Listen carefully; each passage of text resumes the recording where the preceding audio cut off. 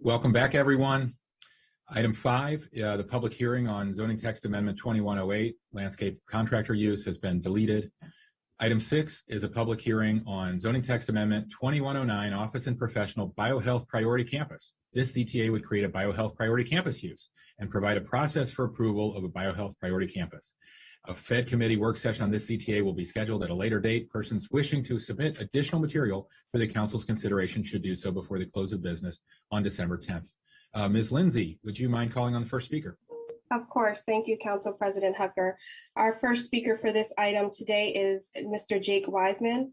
Mr. Wiseman, you have 4 minutes. I see you'll be speaking on 2 separate things here. You can begin when you're ready. Thank you.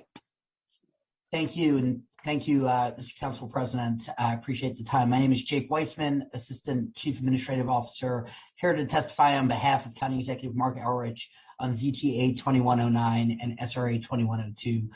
The County Executive is in support of the proposed ZTA and SRA and appreciates Councilmember Friedson for his partnership and initiative in bringing these forward. The ZTA and SRA are the next step in our county's efforts to continue to attract and attain the biosciences industry in our county. They're a logical continuation of the continued collaboration between the executive, the council, and members of the development and business community in making sure the county continues to be the leading regional life sciences hub and one of the best places in the country for the biohealth industries. The legislation wisely ensures that applications must include the wealth of information, including site maps, lists of potentially impacted properties and communities, traffic statements, utility plans, and more. And upon submission to the planning director, will receive approval of completeness within 3 days, with amendments being reviewed within 2 days. Throughout the proposed ZTA, the timelines are purposeful and predictable to ensure that these projects can continue to move in a speedy manner while still allowing for proper review. This approach will be tremendously advantageous to our county, and we hope the council will continue to look at similar approaches to smarter planning in Montgomery County. The proposed ZTA provides maximum flexibility by containing the developments within or adjacent to a red policy area, within an opportunity zone, or within a half mile of a planned or existing bus rapid transit route. We appreciate the planning board's recognition of the importance of this legislation as drafted in that regard, and would urge the council not to amend the legislation to limit the purview and reach of this proposal. Doing so could drastically limit where these projects could go and further limit the opportunity for economic development in East County, Gaithersburg, and surrounding areas and other critical locations in our county. I do just want to bring your attention to a couple of concerns that we will get to you from Department of Permitting Services. None of them are big concerns in terms of the zones, but just little things that we're looking forward to working with the council on addressing before final passage. Thank you again for your time, and Councilmember Friedson for your leadership on this, and we urge your support on ZTA 2109 and SRA 2102. Thank you. Thank you so much for your testimony. Our next speaker is Casey Anderson. Casey Anderson will also be speaking to item number 7 and item number 13. Casey, you have 4 minutes, and you may begin your testimony when you're ready. Thank you. Thank you. I will keep this brief. We support this ZTA. We would only caution that if the scope is expanded, we will need additional resources. The main reason that we need to take time to process applications is resource constraints with staff. But we're happy to work with the council to expedite the process, particularly for these high priority life sciences projects. I would also point out that this ZTA, which is modeled in many ways on the Amazon HQ2 ZTA, which was designed to facilitate rapid processing and approval of a large signature headquarters application in the event that a major employer arrived in the county. That ZTA, which the council supported, I think it's been a little over 4 years ago, contemplated that in order to make the process work quickly, that there should be one lead agency in charge of the development application rather than dispersing authority across multiple departments and agencies, and that lead agency would have been the Park and Planning Commission. We believe that if you want to expedite processing of important life sciences applications, that same approach is warranted. And I note that the county executive made a similar suggestion in his comments on Thrive Montgomery, that it was high time that we consolidated development review authority in a single agency, and we believe this would be a good place to start. So with that, we support this ZTA, and we look forward to talking to the Fed Committee at the work sessions about the details. Great. Thank you so much for your testimony. The next speaker we have is Bee Wu. Bee, you have 2 minutes to go ahead and give your testimony, and you may begin when you are ready. Thank you.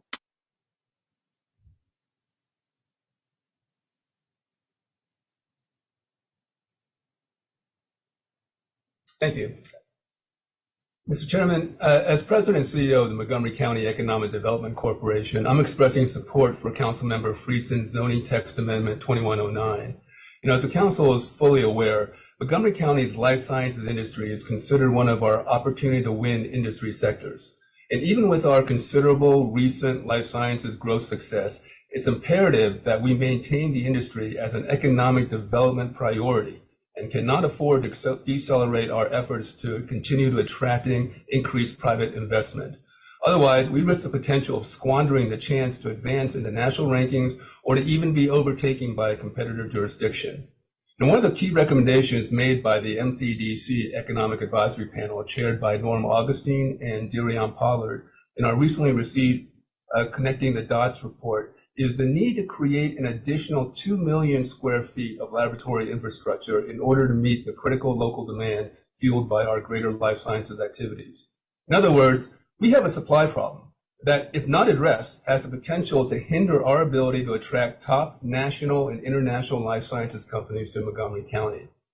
There's a rising demand, and we currently have just 5% availability for the county's existing lab space beyond our current 10.6 million square feet. And to give adequate assurances for private developers to make the investment needed to fund this critical laboratory expansion, government must be willing to accommodate the rapid construction through streamlined and expedient zoning, permitting, and regulatory processes. And today we have the opportunity to address this need and to reassert our national leadership in life sciences and to continue the positive trajectory of this important Montgomery County industry. Councilmember Friedson's ZTA 2109 for creating a biohealth priority campus would be a boon to our county and would help us grow biohealth facilities here to make us even more nationally and globally competitive. The passage of ZTA 2109 will be a win for the county in multiple ways. First, it will attract the full spectrum of life sciences industries, ranging from research and development through manufacturing and distribution. And second, the companies at stake will make very large capital investments with custom-built facilities that will expand our tax base, provide high-paying jobs, and draw top talent. And all of these gains will contribute mightily to our local economy. As Councilmember Friedson has said, we must double down on our efforts. Mr. Wu, I'm so sorry to interrupt you, but your time is up. Thank you so much for your testimony. All right. Thank you. Our next Ben, speaker. you can finish up. Okay. Okay. Go ahead. Council President. Well, I just want to say that passage of this amendment is a welcome public signal of our readiness to strengthen our innovation-led economy. So the time to act is now. And I would urge the council to take immediate action so that MCDC can use ZTA 2109 as an effective tool in our competitiveness arsenal to support Montgomery County's life sciences attraction and expansion. So thank you for your courtesies, Council President. Thank you. Thank you, Mr. Wu. Our next speaker is Ms. Angela Graham. Angela, you have 2 minutes to give your testimony, and you may begin when you're ready. Thank you. Good afternoon, President Hucker, Vice President Albornoz, and members of the County Council. My name is Angela Graham, and I'm President and CEO of Quality Biological. I'm also a member of the county's Economic Advisory Group. So to make sure I get through everything I wanted to say, I just wanted to take a few moments to come and support ZTA 2109. Because as it's been said before, it gives us the opportunity to build on the county's potential to become a renowned center for the biohealth industry. But most importantly, I'm taking the time to come speak to you because it will give the eastern part of Montgomery County the economic shot in the arm that it so badly needs as long as it is not changed. So I support the ZTA, but only as it is currently written. I'm strongly opposed to any efforts that would neglect the East County by excluding opportunity zones and BRT routes from the areas that would qualify for biohealth priority campuses. Many of you probably know recently the Washington Post had an article with, quote, East County, where vacant strip malls languish, overgrown fields poorly hide debris, and bus stops are crowded with workers waiting sporadic transit. Residents have learned not to expect much from their local government. I think it's time to change that dynamic, and we have an need to have an economic development laser focus on the East County, where jobs are badly needed. This also speaks to delivering on our commitment to racial equity and social justice. ZTA 2109 needs to work just as well for the east side of the county as it will for areas like White Flint and Bethesda. Additionally, I'm also opposing any efforts that would increase the process timelines currently detailed in the legislation. Speed to market is incredibly important when making business decisions, such as where to locate or expand new facilities. So again, I wanted to just reiterate, I strongly encourage you to approve ZTA 2109 as it is currently written. Thank you. Thank you so much for your testimony. Our next speaker is Jonathan Jin. Jonathan, you have 2 minutes to give your testimony. You may begin when you're ready. Thank you.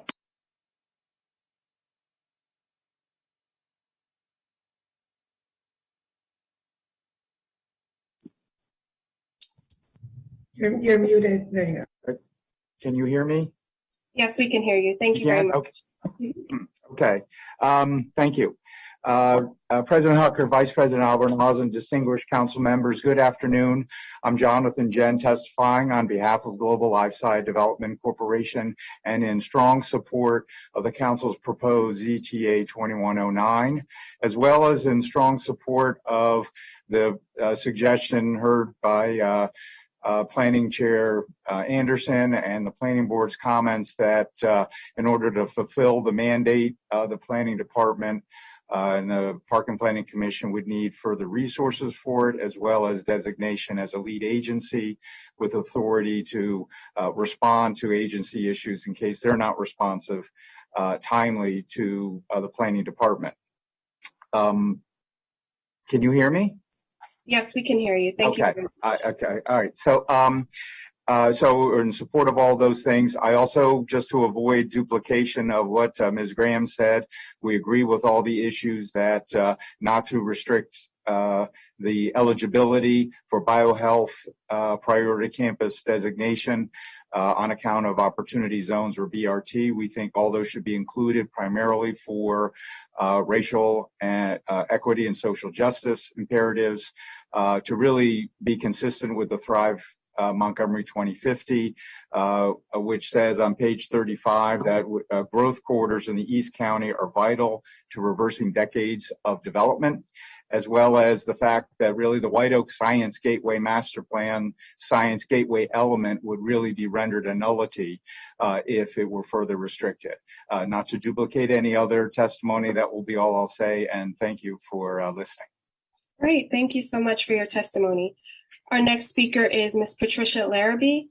Ms. Larrabee, you can go ahead and begin when you are ready. You have 2 minutes to give your testimony. Thank you so much. Thank you. Thank you, President Hucker, Vice President Albornoz, and members of the County Council. My name is Patricia Pat Larrabee. I am the founder and president of Facility Logics, a woman-owned Montgomery County small business located in Burtonsville, and am testifying on behalf of Facility Logics in strong support of ZTA 2109. I have worked in the biohealth industry my entire career, first as a bench scientist and then moving to operations and facility development from there, eventually founding Facility Logics in 2004. For the past 3+ decades, I have been involved in helping companies develop laboratories and biomanufacturing facilities up and down the East Coast. In addition to overseeing development and construction projects, Facility Logics has conducted over 60 market assessments countrywide and has developed strategies to attract and retain the biohealth industries in these markets. These strategies have also been implemented in Montgomery County, the state of Maryland, and across the country in communities that want to attract this industry. Life science projects are the only projects our firm works on. Statewide industry growth has been strong, particularly since the pandemic, with Montgomery County continuing to lead the way for incoming site selection. The county has historically led the state from its original concentric development around Adventist Shady Grove Healthcare Hospital to the 7 by 2007 Incubator Initiative, to establishing the more recent first in the country county-supported biotech tax credit. Keeping up with emerging programs and initiatives from state and county competitors is imperative to avoid erosion of decades of investment the county has placed in the industry and to ensure a sustainable economy in the county. Time to market is critical, as several of the other individuals testifying has indicated. Uncertain, extended, and often uncontrollable entitlement and permitting durations should be where these firms can hit the easy button. Frederick County has gone out of its way to make that the case. Examples of companies that have recently selected Frederick County when Montgomery County was one of the considered regions are Alloon and Kite. Research Triangle Park has also accelerated its entitlement and building permit process. These competing jurisdictions are both in suburban areas and have landed companies that considered Montgomery County. I am in favor of retaining the broadest location eligibility within the ZTA, including, in fact, expanding the current area to include the Corridor Cities Transit Way, the CCT area, which would add the Shady Grove Life Sciences Center to the eligible areas.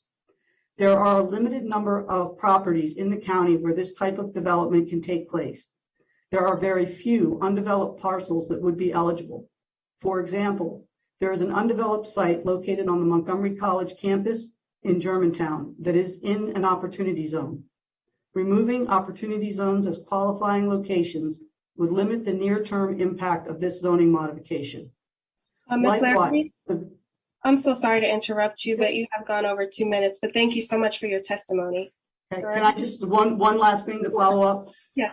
Sure, thank you. As a company that builds bio and helps deliver these spaces every day, we'd like nothing more than to see the county we call home enhance its competitiveness. Thank you. Thank you so much for your testimony. Our next speaker is Mr. Thomas Kaufman. Mr. Kaufman, you may begin when you are ready. You have 2 minutes to give your testimony. Thank you. Thank you very much. Good afternoon. For the record, I'm Thomas Kaufman, Senior Director of Corporate Real Estate at United Therapeutics. United Therapeutics very strongly supports ZTA 2109 and thanks the Council, and in particular Council Member Friedson, for putting together such a thoroughly vetted, practical, and impactful plan that will make it easier for biopharma companies to grow in Montgomery County. I'd like to briefly describe exactly how this ZTA will impact United Therapeutics and our peers in the biopharma industry. In order to turn an idea in the lab into an FDA-approved therapy, the construction of a highly specialized facility is often necessary. This requires a strategy to align the process by which a facility is designed, permitted, and constructed with the R&D and product development process. The goal of this coordination effort is to understand the point at which a capital investment must be made to ensure that we have an FDA-approved operational facility when we need it. The longer the facility delivery process, the earlier in the product development process, this large capital investment decision must be made. And the earlier we are in the product development process, the more risk and uncertainty there is around the viability of the product the planned facility will be supporting. Keep in mind, in this industry, most products fail. Less than 10% of R&D initiatives become FDA-approved products. So for that reason, a critical part of the site selection process is an analysis of the local entitlement process. Design, construction, FDA approval of a facility, these durations are relatively consistent regardless of the location. Entitlements, however, vary substantially by location. Historically, the entitlement process in Montgomery County has been longer and more complicated than those of other biotech hubs. This ZTA effectively changes that narrative, putting Montgomery County on equal or better footing than other competitor jurisdictions. It simplifies and accelerates the process by which we can build our mission-critical facilities, which in turn allows us to more effectively bring innovative, life-saving therapies to the patients who desperately need them.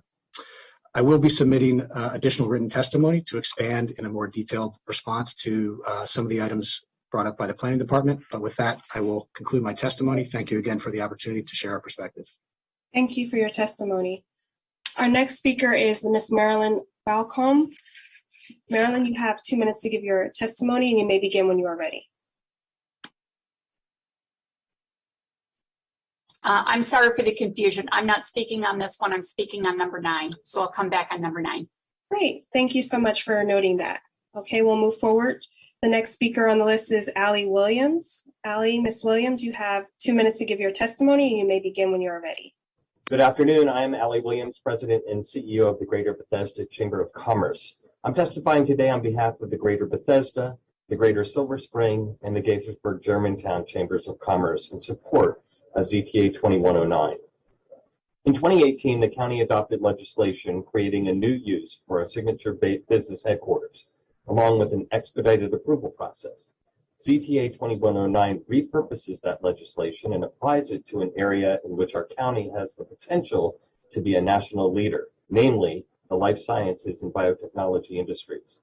Several reports issued over the past few years point to our strength as a hub for these industries. We're already home to higher education institutions and almost 500 biotech companies. Our highly educated workforce and proximity to entities such as NIH and FDA also give us great advantage over other states. However, great as these advantages are, they aren't enough to get us to the finish line. Those same economic development reports describe the perception that our county is not sufficiently business friendly. One such report recommends an improved real estate approval process to enhance speed to market. By creating an enhanced concurrent approval process for new or expanded biohealth campuses, ZTA 2109 represent a huge step in forward in proclaiming to the world that Montgomery County is most certainly open for business. We encourage the council to resist efforts that seek to lengthen the approval process or delete opportunity zones and BRT routes from the ZTA. If it's a matter of needing more resources, we encourage the council and executive to monitor the volume of biohealth priority campus applications and make budget adjustments as necessary. Consider this as a small investment that will reap significant benefits, such as adding higher paying jobs, attracting younger workers to our county, and cementing our position as a competitive force in the biohealth and life sciences industry. We'd like to thank Councilmember Friedson for having the vision to bring this ZTA to the council. On behalf of the Greater Bethesda, Greater Silver Spring, and Gaithersburg Germantown Chambers of Commerce, I encourage you to approve ZTA 2109. Thank you for your continued dedication to our county. Thank you, Mr. Williams, for your testimony. Our next speaker is Larry Diamond. Larry, you have 2 minutes to give your testimony, and you may begin when you are ready. Hi, I'm Larry Diamond, Regional Market Director in Maryland and Co-Chief Operating Officer with Alexandria Real Estate Equities, Inc. I've been with Alexandria for over 23 years, pushing the growth of life science along the I-270 corridor in Rockville, Gaithersburg, and Germantown. Alexandria is the first and longest tenured owner, operator, and developer of life science properties around the country, including Greater Boston, San Francisco, New York, San Diego, Seattle, and of course, Maryland. We have over 3 million square feet of life science buildings along the I-270 corridor and growing. Last year, we delivered a 175,000 square foot building to REGENXBIO and an 80,000 square foot building to TCR2 Therapeutics within the Shady Grove Life Science Center.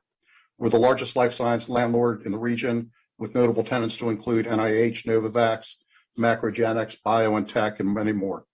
As you may know, we're developing 9808 Medical Center Drive for 100,000 square feet, developing Treville Gateway campus of approximately 500,000 square feet, and commencing to develop the former Johns Hopkins campus for several 100,000 square feet, all life science space. We support all efforts to make the Montgomery County more competitive as we're competing with other regions for many opportunities. Having the sketch plan, preliminary plan, and site plan review process expedited would be attractive. A long approval process is not attractive to potential life science tenants in Montgomery County that have other choices.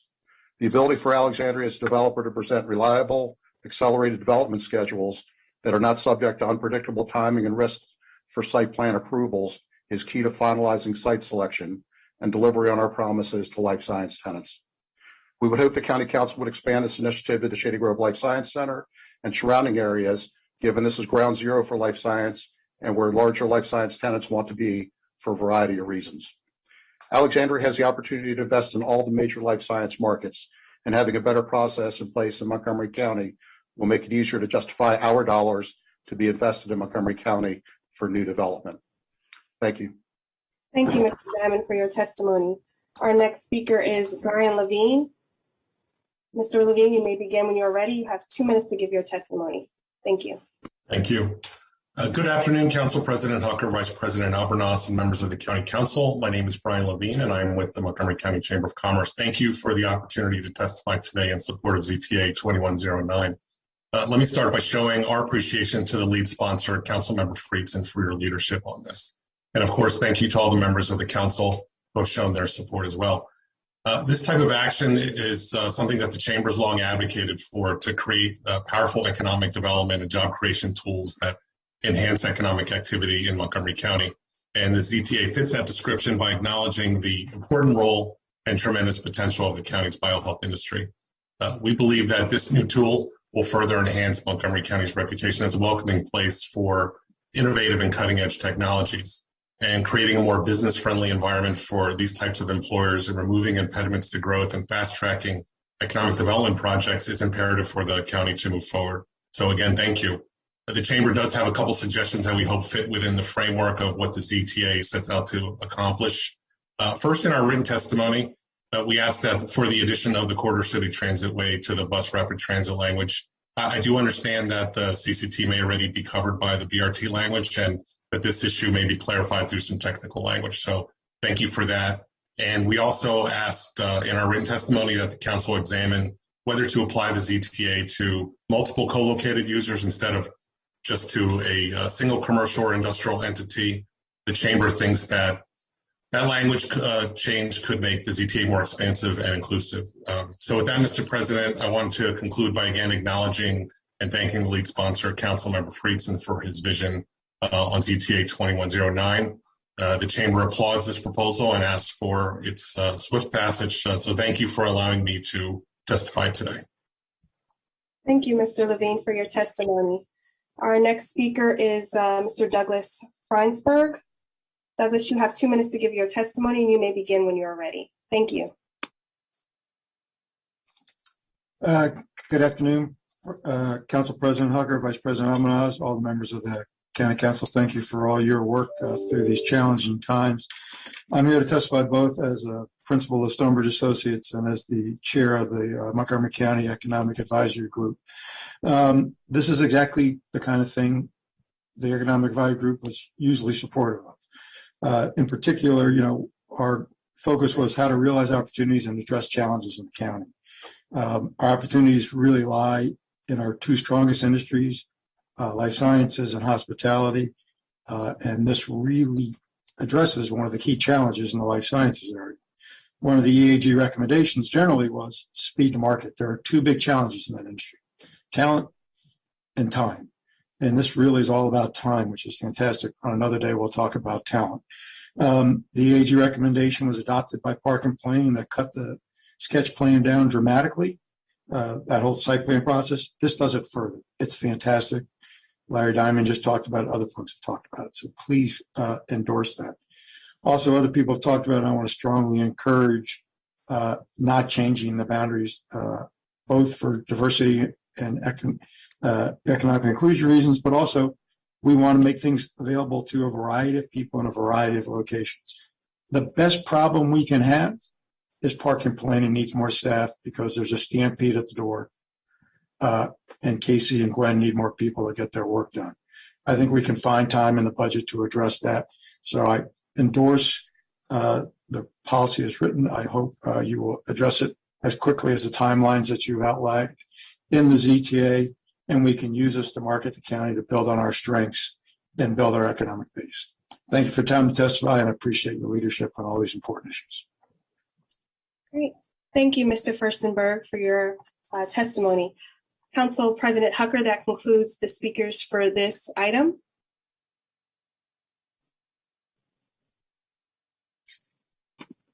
I guess if you want. Thank you, Ms. Lindsay.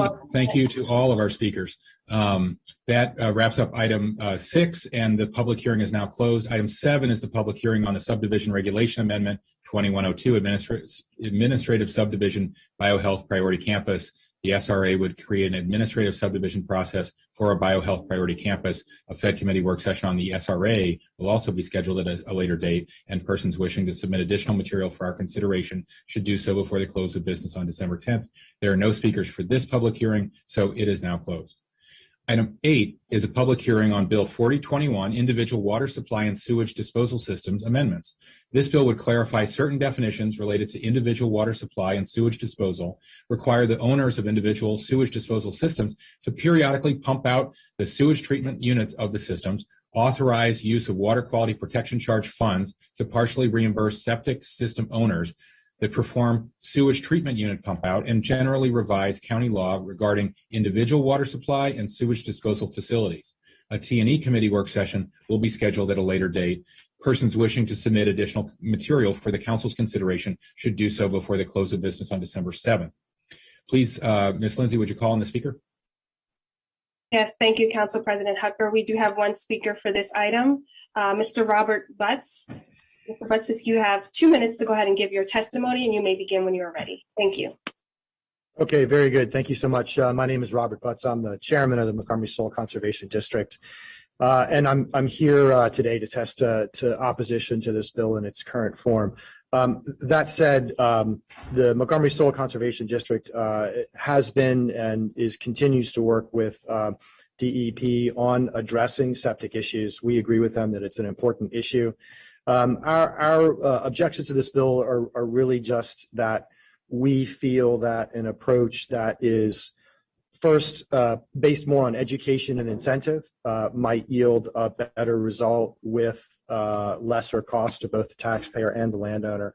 I think those of you guys that did deal with rural landowners under the council are maybe aware that this is probably going to be stressful for rural landowners, and you're going to get a fair amount of pushback. And I just feel like, or we feel like, if there is a way to address this more voluntarily through education and incentive, that it's just a better approach. And with that, I'll conclude my comments. Thank you, Mr. Butts. Council President Hucker, that wraps up the speakers for this agenda item. Thank you so much, Mr. Butts. Item 9 is a public hearing on Bill 4221, Child Care Early Care and Education Coordinating Entity established. This bill would establish a local business child care grant program, provide for the administration and eligibility criteria of the program, require regulations to implement the program, and generally amend the law governing early child care and education in the county. A joint E&C and HHS committee work session will be scheduled at a later date, and persons wishing to submit additional material for our consideration should do so before the end of the day on December 7th. Ms. Lindsay, could you please call on the first speaker? Yes, thank you, Council President Hucker. Our first speaker for this agenda item is Erica Connor. Ms. Connor, you have 2 minutes to give your testimony. You may begin when you are ready.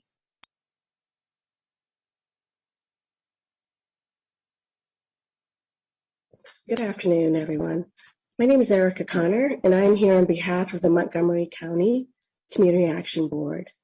The board supports Bill 4221 and the establishment of a coordinating entity for early care and education. However, we do have some recommendations that we would like to share with you.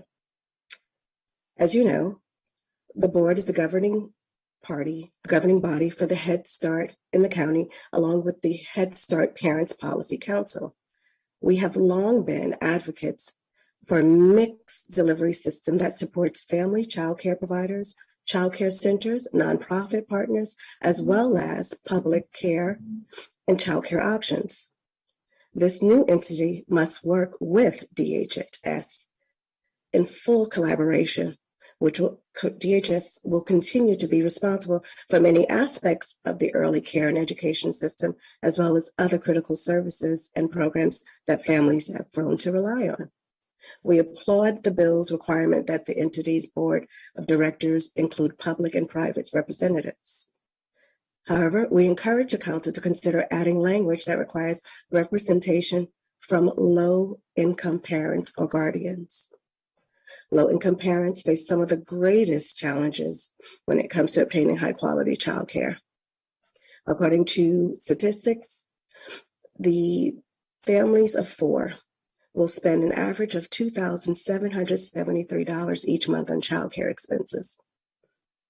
While this bill states that the coordinating entity must develop recommendations for increasing the availability of early care and education for several populations, including low-income households, we strongly encourage the council to consider making this a primary focus of the entity's work.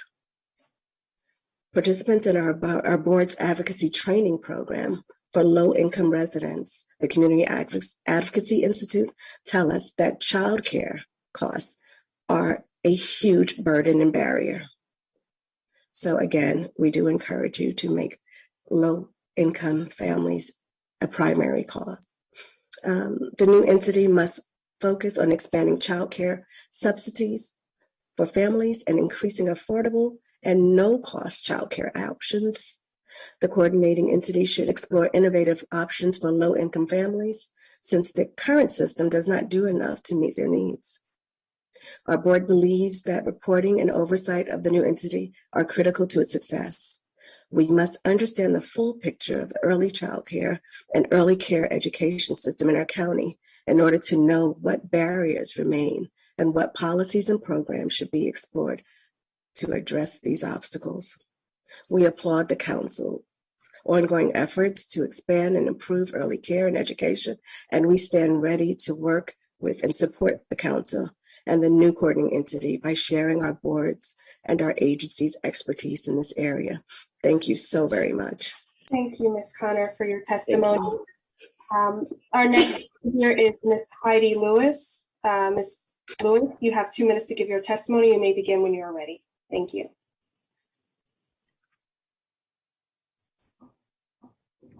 Hi, everyone.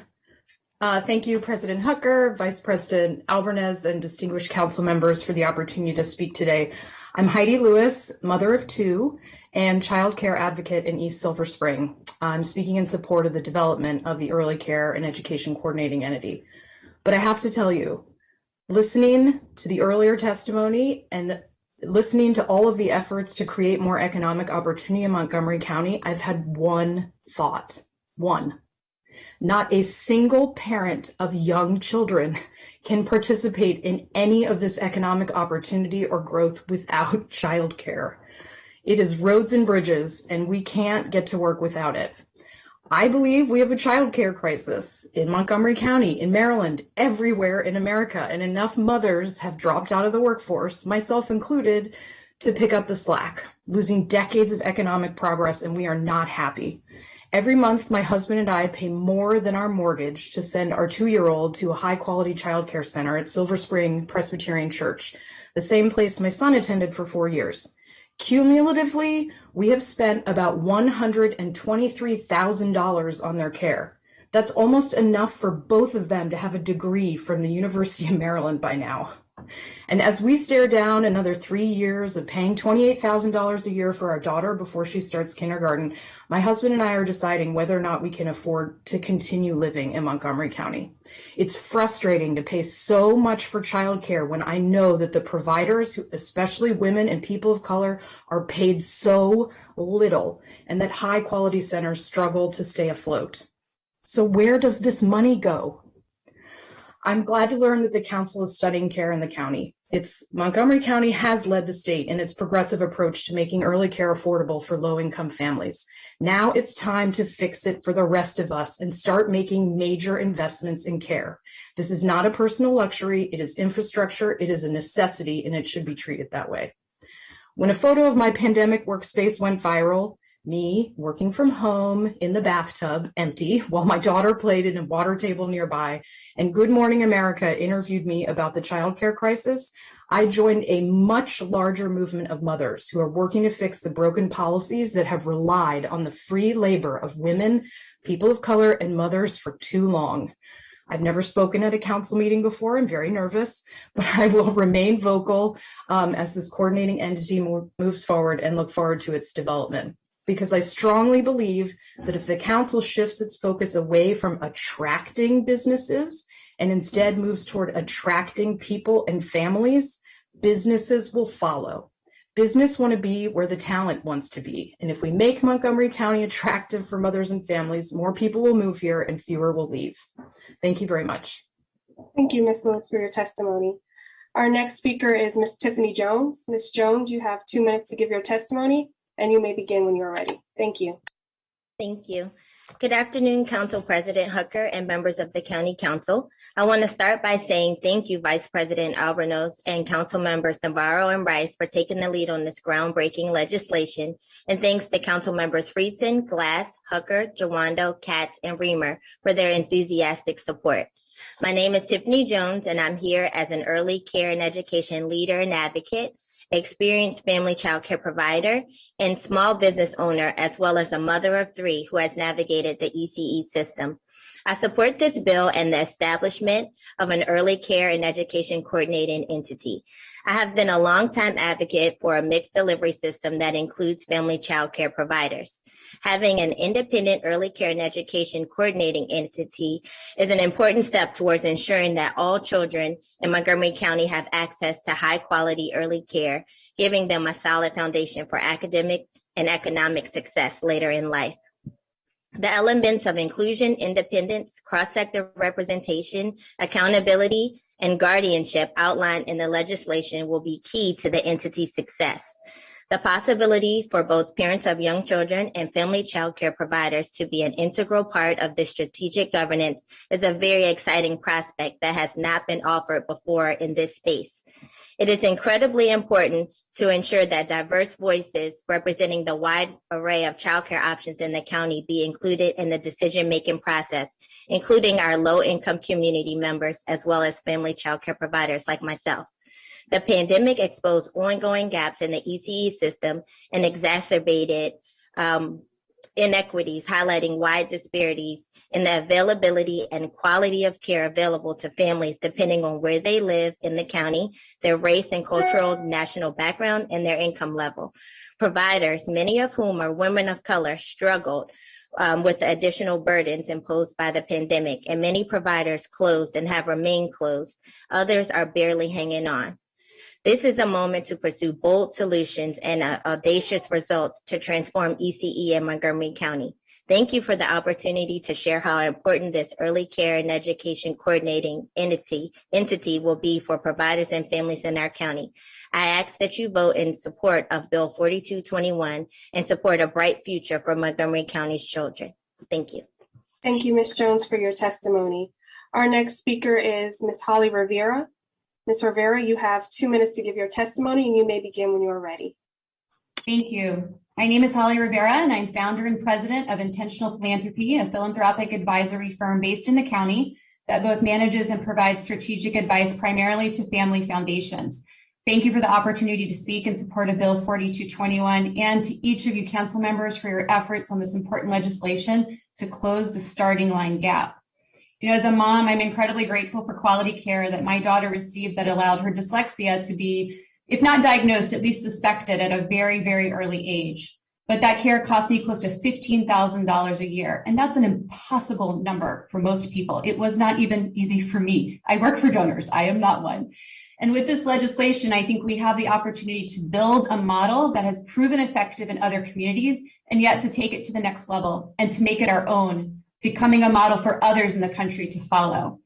For philanthropy, the purpose of creating a nonprofit coordinating entity is not to create additional bureaucracy, nor is it to take away from the excellent programs that are already working and that DHHS is handling, but it's to have a bird's eye view and to look at all the ways that our families need support, to have an independent venue to receive money and to disseminate information, to identify gaps and to objectively evaluate what's working and share that information freely. And, in philanthropy, we know that we're just intermediaries. We are not the providers doing the hard work on the ground, and we're not government that can set policy and has larger budgets, but we want to partner with you. We want to work together. I think as strategic donors, what I hear is that, we don't want to just give one-off grants to great organizations. We want to come alongside you with almost a master plan that allows us to amplify impact, to leverage what's already happening, and maybe even to fund things that it's harder for government to do, or perhaps you're restricted from doing. For this reason, the Bender Foundation, Inc. has come forward with a $50,000 grant, a matching grant, to encourage others to invest in this entity should it move forward. And as of last week, matching funds have been committed by the J. Willard and Alice S. Marriott Foundation, Phil Buchanan, the Healthcare Initiative Foundation, and Comcast, and Kaiser has sent a letter of support. Our employers understand how important this is as well. And there are a myriad of ways that funders could support a coordinating entity in our overall efforts, such as research on evidence-based models for early learning, funding to incorporate wraparound tiered mental health services, or even by testing and scaling new technologies delivered by mobile phone devices that allow families who don't want to see their very young children institutionalized, but to be able to have them at home with family members who love them, but to equip those family members with the tips that they need for parenting advice, for language development, for games that they can play with their children. So in short, we know that this county has done incredible work and a yeoman's amount of work during the pandemic to support early childhood, but we know it takes a village.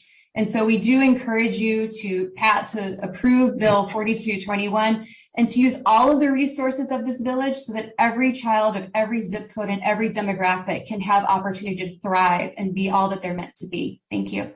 Thank you, Ms. Rivera. Our next speaker is Diego Araburo. Mr. Diego, you have 2 minutes to go ahead and give your testimony, and you may begin when you are ready. Thank you. Thank you very much, members of the council. It's an honor to be in front of you again. I want to thank you and the county executive for your ongoing interest and investments in early care and education. What you've done is amazing. Obviously, I'm here in support of this bill. I can see the spirit of racial equity throughout the bill. I also want to warn us that sometimes what happens during implementation deviates from the spirit of the legislation. And I'm here to encourage us to keep a watchful eye on a few things. A, we need to ensure that the new entity focuses on addressing some of the most important challenges that our Black and brown communities and poor communities face. One is that the ECE educators, as it was said by prior individuals, get paid almost nothing. They're really, really underpaid. Second, that many poor families, particularly Black and brown, cannot afford this level of care. And third, that there aren't enough spaces, particularly for babies, and for families of colors. So that becomes a crisis for our Black and brown and poor families. This entity must truly represent particularly Black and brown women who are owners, who are educators, must truly represent their voices. And then the voices also of the poor families who use or are in need of using these enormous services, and all of which leads to economic development. We also, if we want to hear the voices, we have to find ways in order to support those voices in leadership. It's not just a matter to put someone as a co-chair. We need to provide them with the support they will need in order to maximize their contributions. Maybe get them a mentor or a coach and have the entity pay for that. If we really want to maximize the voices of those who tend to use the services the most and suffer the lack of those services the most. So we want to prevent from having Black and brown individuals there as a token, as a checklist. So I really encourage us to look at ways in which we can support their voices being heard so that they can maximize the representation of others who cannot be at the table. So I highly encourage us to think of ways to really, really do that. And finally, we must be transparent in the selection of both the organization and the leadership. We know from other experiences that the leadership can make or break organizations. So the bill that you work so hard in putting together will depend on who we put there at the helm. So I encourage all of you, particularly, but all of us, to make sure that this entity is accountable to all, but particularly to Black, brown, poor families, educators, and owners. Thank you so very much. Thank you so much for your testimony. We're going to circle back around here on this agenda item. We have 2 more speakers who are on previous agenda items or other agenda items, and that will start with Ms. Marilyn Balcombe. Marilyn, you may begin when you're ready. You have 2 minutes to give your testimony. Thank you. Thank you. Hi again. Good afternoon, Council President Hucker and council members. My name is Marilyn Balcom. I'm the president of the Gaithersburg Germantown Chamber of Commerce. The Chamber supports Bill 4221 to establish an ECE coordinating entity. We often ask business owners what keeps them up at night, and 9 times out of 10, it's staffing and workforce development. Although this was an issue prior to the pandemic, we have truly reached a crisis point. The current worker shortage has added a significant burden to business owners who are already in dire straits. We know that a major obstacle for individuals entering or staying in the workforce is access to quality childcare. Ms. Lewis's testimony laid it out perfectly.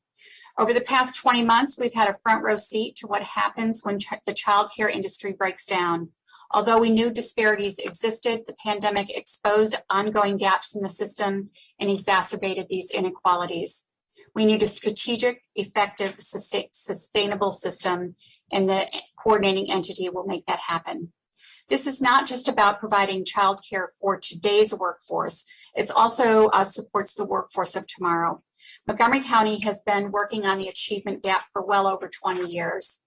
Because of these disparities begin at a very early age, we must provide high quality early education for all our children.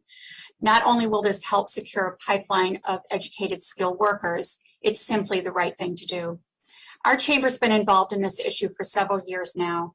Having been on the Montgomery Moving Forward Leadership Group, I've studied the literature, I've reviewed best practices from around the globe, and I know the sheer number of resources that have been applied to this very complex issue. The way to make a sustainable change is to create the ECE coordinating entity to help guide resources, energy, and passion to solve the inequalities of early care and education in the county. We urge you to please support Bill 4221. Thank you. Thank you so much for your testimony. Again, our next speaker is Brian Levine. Brian, I know you did speak on a previous agenda item, but you had 4 minutes to speak, and I didn't know if you wanted to add anything to agenda item number 9. Yeah, thank you. I definitely do not need 4 minutes, just maybe a minute or so. Thank you. Good afternoon, Councilmember Hucker, Council President Hucker, Vice President Albornoz, and members of the County Council. My name is Brian Levine, and again, I'm with the Montgomery County Chamber of Commerce, and we're here also in support of Bill 4221. And of course, let me start by thanking the lead sponsors of the bill. It's Vice President Albornoz and Councilmember Navarro and Councilmember Rice. Thank you. And also thank you to the members of the County Council for co-sponsoring this bill. The Chamber, from a business community perspective, is fully supportive of efforts to improve the quality, affordability, and accessibility to childcare. The creation of the Early Care and Education Coordinating Entity in Montgomery County is a critical step in this direction. And while the Chamber's advocated for childcare issues for a long time, just like Ms. Balcom said, our new pandemic reality has only intensified the challenges that we have as a society in early education and childcare, and particularly in underrepresented populations. Now more than ever, the availability of quality and affordable childcare is an important determinant of economic success of our local economy. So Montgomery County creating a pathway for more accessible, high quality, and sustainable early care education programs would allow more parents to choose whether to participate in the workforce.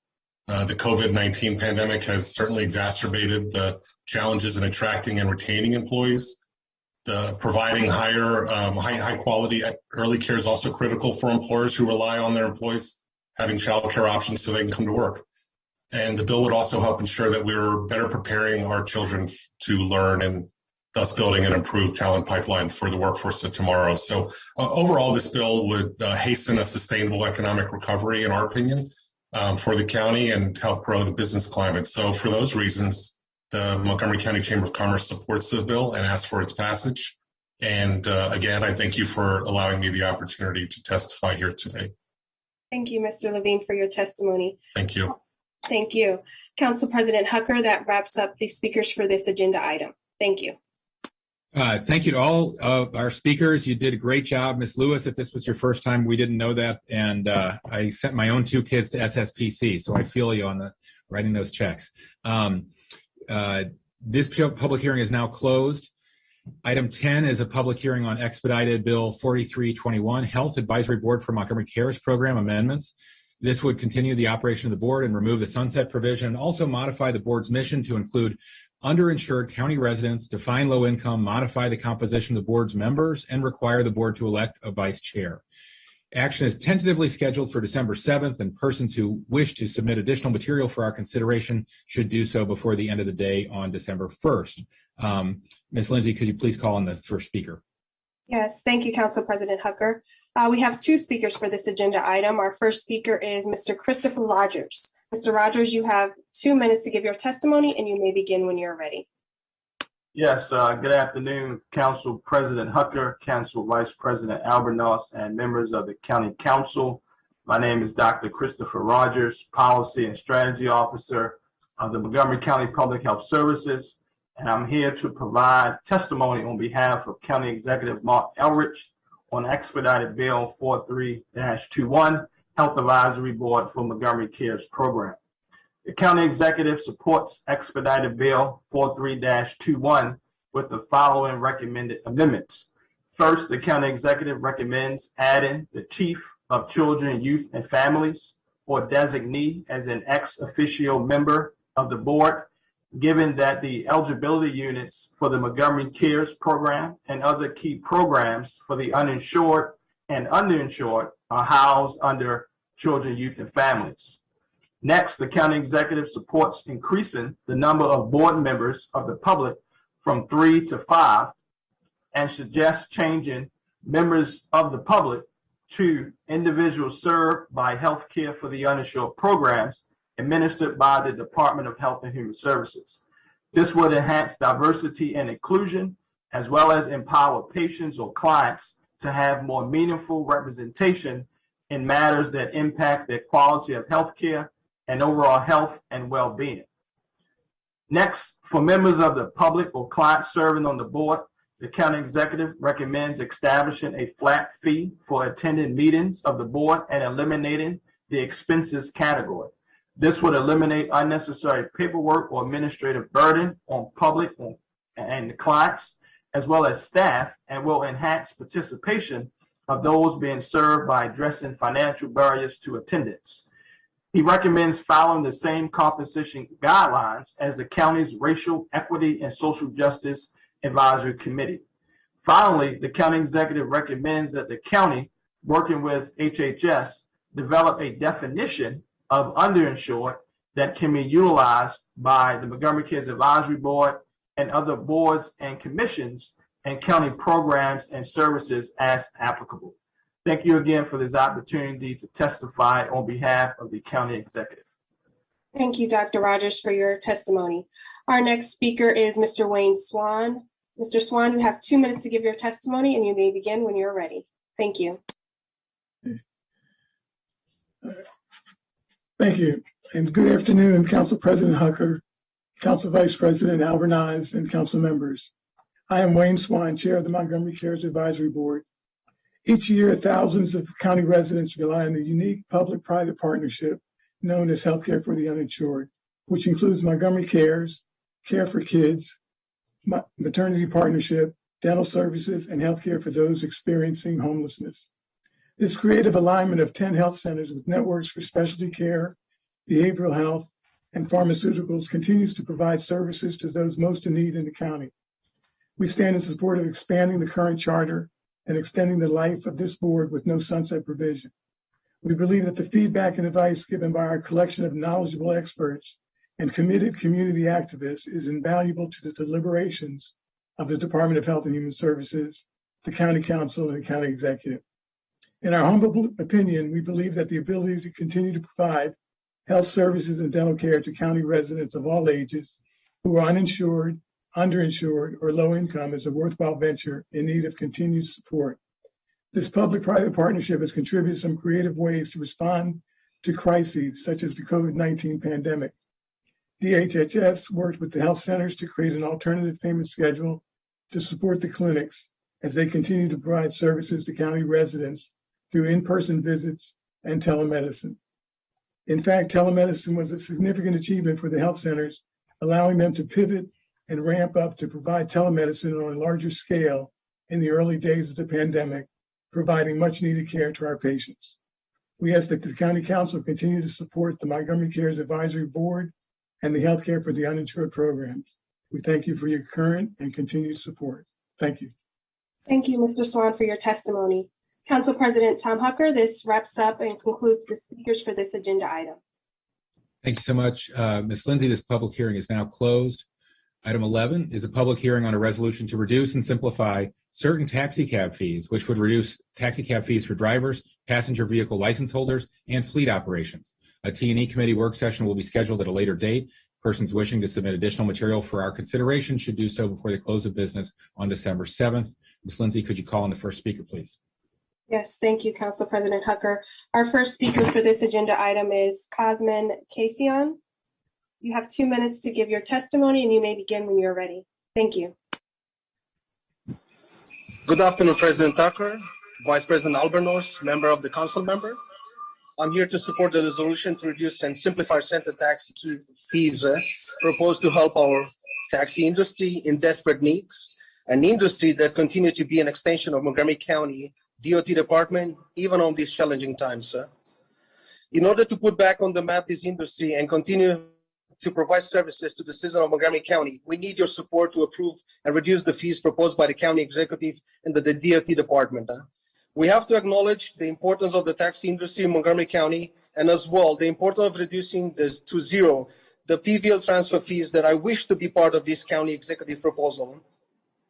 I believe I'm talking on behalf of all the taxi fleets registered in Montgomery County and realize the importance of these fees to be reduced from $3,999 to zero. At this time, this PVL value is zero, and it's not making any sense to assess these fees that are not helping out our industry. Several veterans of the taxi industry are retiring and not being able just to transfer their own PVL license because of these ridiculous fees. New industry incumbents desire to purchase or transfer a PVL on their own names. They are very discouraged by these nonsense fees and soon are abandoning this industry, looking for a new industry that allows them to act as independent entities affiliated to a fleet. Please take in consideration even this proposal that is hurting our industry, challenged already by the lack of drivers and lack of vehicles in the inventory. Thank you so much for your support one more time. Thank you for your testimony. Our next speaker is David Mohebi. Mr. Mohebi, you have 2 minutes of testimony, and you may begin when you're ready. Thank you. Good afternoon, Council President Tucker, Vice President Albornoz, and other members of the council. Thank you for your time and consideration of reducing certain taxi cab fees. As you might be aware, 2 out of the 5 taxi companies in Montgomery County, SunCab and Orange Taxi, went out of business during the last couple of years. The drivers and companies' struggle started before the pandemic, and since then has been exaggerated furthermore by the pandemic and the lockdowns. These fee reductions will not increase the revenue for the drivers, but it will help reducing their expenses and buying us some time until hopefully the business will increase. Once again, thank you for your help, and that's the end of my testimony. Great. Thank you, Mr. Mohebi, for your testimony. Thank you so much. Our next speaker is Charles Kaufman. Mr. Kaufman, you have 2 minutes to give your testimony, and you may begin when you are ready. Okay, can you hear me? Yes, I can hear you. I look like I'm sideways. Anyhow. We can still hear you, so fine. Thank you. Okay. I want to thank the council for the privilege of speaking to you today. My job on the Taxi Cab Services Commission is to represent low-income, disabled, and elderly residents of the county. I want to address one portion of Montgomery County Code 53228, which prohibits the licensing of vehicles for more than 8 years old. That date would be 2013. This, as you know, there is an acute worldwide shortage of vehicles, of automobiles, and especially taxis. the present taxis have all gone through rigorous safety tests. They're in good shape. Because of the pandemic, the use of taxis has been less than normal in terms of average mileage. Failure to pass a moratorium on this rule would negatively impact our elderly, disabled, and low-income residents. It would diminish the amount of cabs on the ground. So I urge you to allow a moratorium on this particular provision and give the head of DOT the discretion from here on in to waive this provision, this prohibition. Again, I thank you for your time.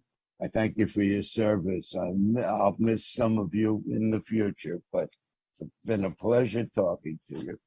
Thank you, Mr. Kaufman, for your testimony. Our next speaker is Buffy Ellis. Buffy, you have 2 minutes to give your testimony, and you may begin when you're ready. Thank you. Can you hear me? Yes, we can hear you. Great. Thanks again, and good afternoon. My name is Buffy Ellis. I am the current chair of the Taxi Services Commission, and I also served as chair of the predecessor to this commission, then a committee, for 5 years in the early 2000s. Thank you for this opportunity to voice my strong support for the resolution to reduce and simplify the identified taxi fees that are paid by our taxi drivers and companies. The goals of this resolution build on the important work and deliberations of our commission in 2019. The past 10 years have been very tough for our county's taxi industry. The industry, and particularly our drivers who serve as independent contractors, have suffered, first and significantly, from the introduction and growth of Uber and Lyft, which we call transportation network companies, or TNCs, and then by the pandemic. In 2009, there were about 700 taxi vehicles serving county residents. Today, only about 350. Ridership is down 90%. The county needs an active and robust taxi industry for all of us, but especially to serve people with disabilities and seniors. Those individuals who are lower income are the people who qualify for the county's Call and Ride program, which is provided by our taxis. And these are the same people who are ill-served or not at all served by the TNCs, which claim that the Americans with Disabilities Act does not apply to them. Uber, for example, claims it is a technology company, not a transportation company. Reducing the fees required to be a taxi driver and for the companies, we hope, will help the drivers and companies rebuild. But we might also think about ways to give our taxi industry, which is provided predominantly by first-generation immigrants to this country and who operate essentially as small minority businesses, a more equal footing to compete with the TNCs. Thank you. Thank you for your testimony. Our next speaker on the list is Peter Ibeck. Mr. Ibeck, you have 2 minutes to give your testimony, and you may begin when you're ready. Yeah, good afternoon, President Hawker, Vice President Albornoz, and the members of the council. I appreciate giving me time to speak on this matter. The bill, as it is presented today, is a step forward towards what we are trying to achieve. In terms of bringing drivers who deserted the industry back to the industry. They want to come back, but the fees are keeping them off. So this bill is a step forward, but it's not far enough to bring them back. I had the opportunity of discussing this bill with about 40 drivers, including PVL holders. And then basically all of what is proposed is still not good enough to bring anybody back because first, the TNCs do not charge them anything You know, I mean, they have their own cars. They don't have to have PVLs. They don't have to have Face IDs. They don't have to have anything that the country requires a driver to have to drive. I'm not saying that the drivers, that it's not good that drivers are vetted before they drive. It's good because it gives added security or sense of security to the riders. And then also speaking on behalf of the riders who are sometimes confused about what it is supposed to be. They call the counties, they don't get any answer. They call the cab companies for answers, and then I don't have any answer to them other than sometimes we just give rides free of charge because something was not straight. And then our company, Anytime Taxi, that's why we chose the name Anytime Taxi, because we want to fill this void that's been in the county for the longest. We need drivers to be able to accomplish this. We need drivers back. So the fees are keeping them off. We need the fees not just reduced, but some of them eliminated, totally eliminated. And some of them that are to be reduced, like the PVL, they're talking about PVL 5,000 to 2005. Who has 2005 to put on the PVL right now to drive a taxi when they can go to Uber for nothing? So all these, I do not support this bill as it is, but it's a step forward. I support the movement, the step forward, but I don't support the bill as it is today. Thank you. Thank you, Mr. Ibig. Our next speaker on this list is Nelson Biama. Mr. Biama, you have 2 minutes to give your testimony, and you may begin when you're ready. Thank you.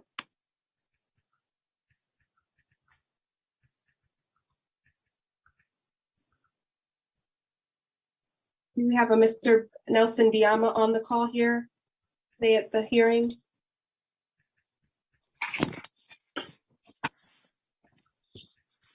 If anybody can hear me? Yes, we can hear you, Mr. Biama. Thank you. Thank you. I can say good afternoon to everybody. Actually, I'm speaking to you from my cab. I'm still working out there. I just parked on the side, in the safe place, basically to talk to you. That's how important this hearing is for some of us.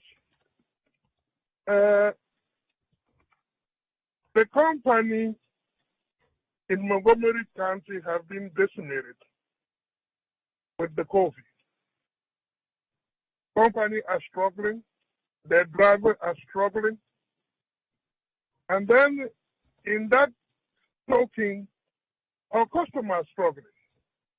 For some of us that are driving a wheelchair accessible vehicle, we have not had a break even during COVID. We're basically serving our customers that need to go to the appointment with their doctors. But until now, we have not have a support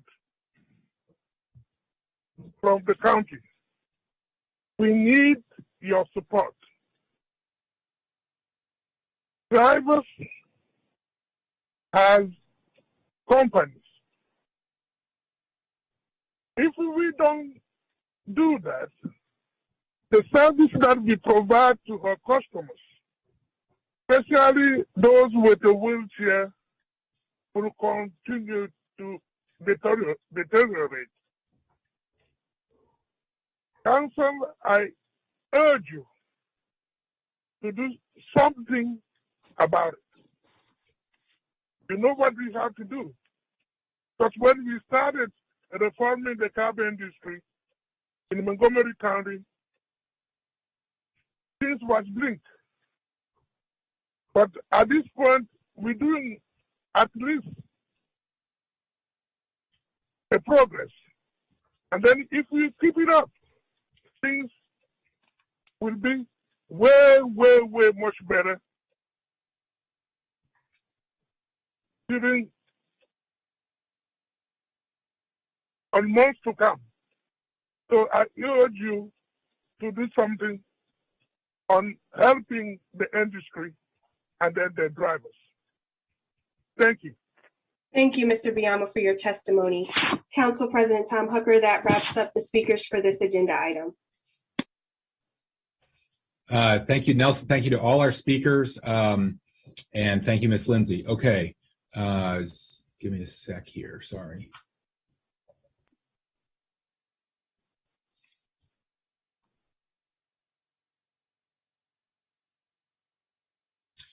So this public hearing is now closed. Item 12 is a public hearing on a special appropriation of the county government's FY22 capital budget and amendment to the FY21 to 26 CIP Department of General Services in the amount of $3,600,000 for the acquisition of 260 East Jefferson Street. The source of funds is general obligation bonds. A GO committee work session will be scheduled at a later date. Persons wishing to submit additional material for the council's consideration should do so before the close of business on December 7th. There are no speakers for this public hearing, so it is now closed. Item 13 is a public hearing on the declaration of no further need, disposition of a portion of Warner Circle Special Park. A GO Fed committee work session will be scheduled at a later date. Persons wishing to submit additional material for the council's consideration should do so before the close of business on December 7th. Ms. Lindsay, could you please call on the speaker? Yes, thank you, Council President Hooker. We have one speaker for this agenda item. That is Paulette Dickerson. Ms. Dickerson, you have 2 minutes to give your testimony, and you may begin when you're ready. Thank you. Thank you. I'm asking you not to approve the declaration of no further need for any part of Warner Circle property in Kensington Park.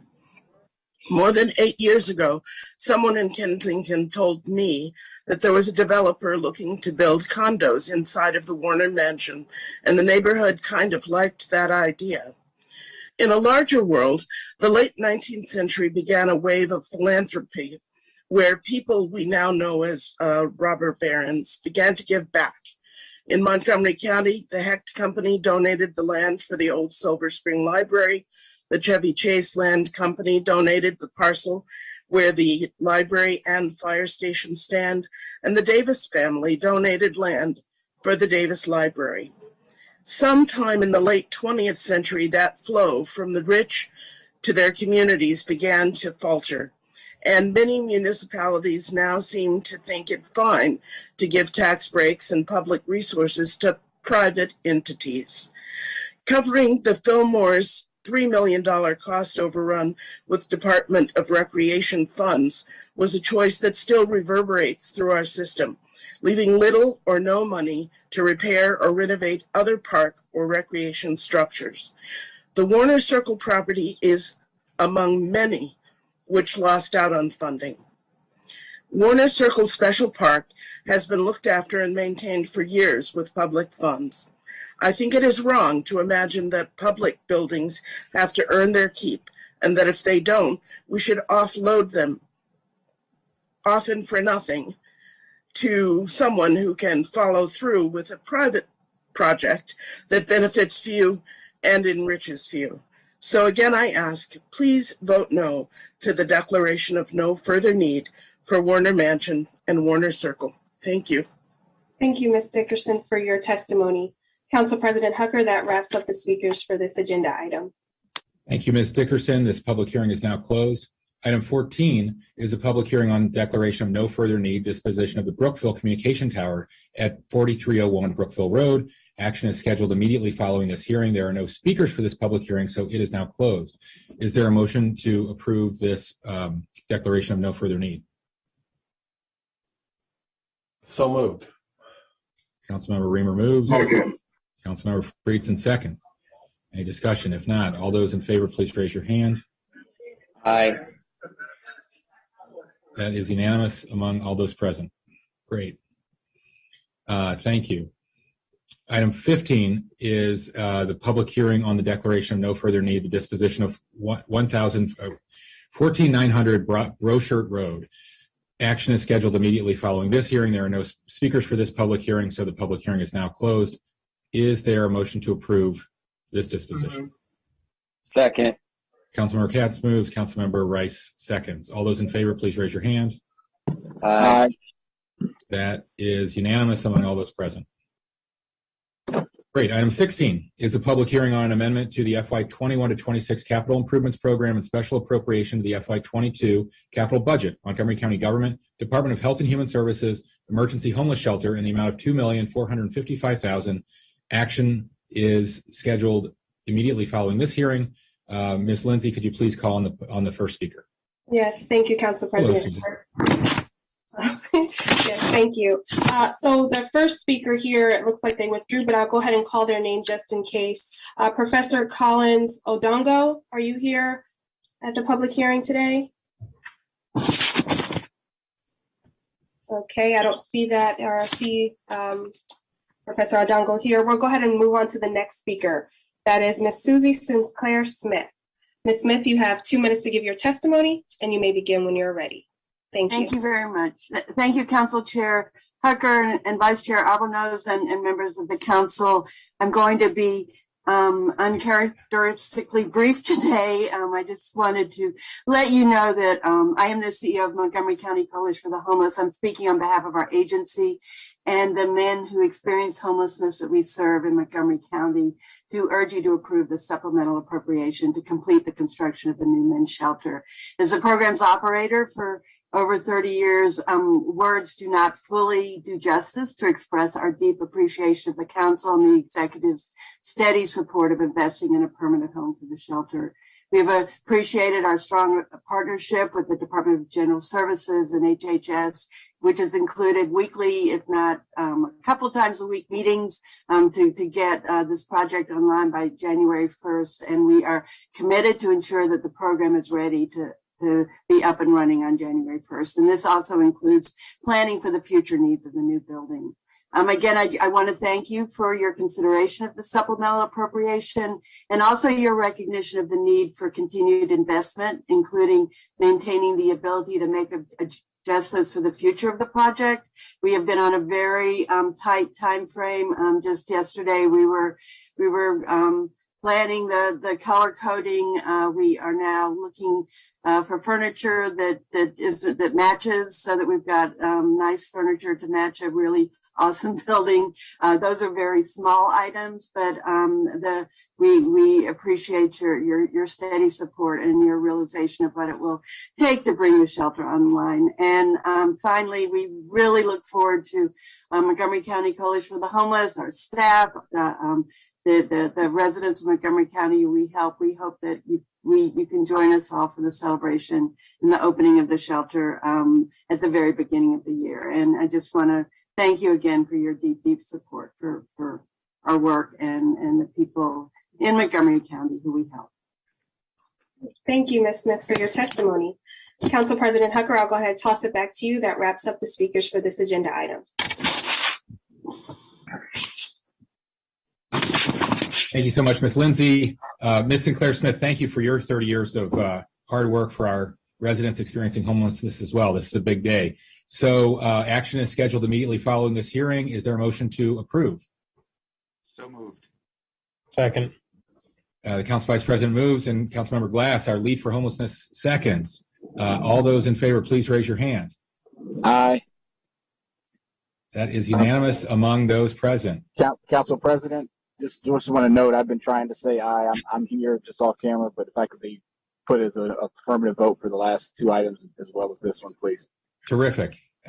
We will note that. Thank you, Councilmember Jawanda. I'm also Reaver is in. Yes, absolutely. Okay. Thank you, Ms. Sinclair Smith. This is great news. This public hearing is now closed and we approved it. Okay. Item 17 is a public hearing on a special appropriation to Montgomery County Public Schools FY22 operating budget in the amount of $252,242,245 for the American and Secondary School Emergency Relief Fund 3. Action is scheduled immediately following this hearing. Ms. Lindsay, could you please call on the speaker? Yes, thank you, Council President Hucker. The only speaker we had for this public hearing actually withdrew. That was Danielle Blocker. I'll go ahead and announce the name just in case Danielle Blocker happens to be here at the public hearing. Ms. Blocker, are you here? Okay, if you do happen to come on, we'll circle back around to that. But actually, Council President Hucker, that wraps up the speakers for this agenda item. Okay, thank you. So this public hearing is now closed. Is there a motion to approve the special appropriation? So moved. The Chairman Rice moves. Second. Anybody else? Councilmember Reamer seconds. Terrific. All those in favor of this special appropriation for $252 million, please raise your hand. Aye. Terrific. That is unanimous among all those present. Great. Thank you, everyone. This is very significant action today, too. Item 18 is a public hearing on a special appropriation to Montgomery County Public Schools FY22 operating budget in the amount of $1,205,690 for the Trauma and Behavioral Health Grant. Action is scheduled immediately following this hearing. Ms. Lindsay, could you please call on the speaker? Yes, of course. Thank you, Council President Hucker. We have one speaker for this agenda item. That is Anita Lampel. Ms. Lampel, you have 2 minutes to give your testimony, and you may begin when you are ready. Thank you very much.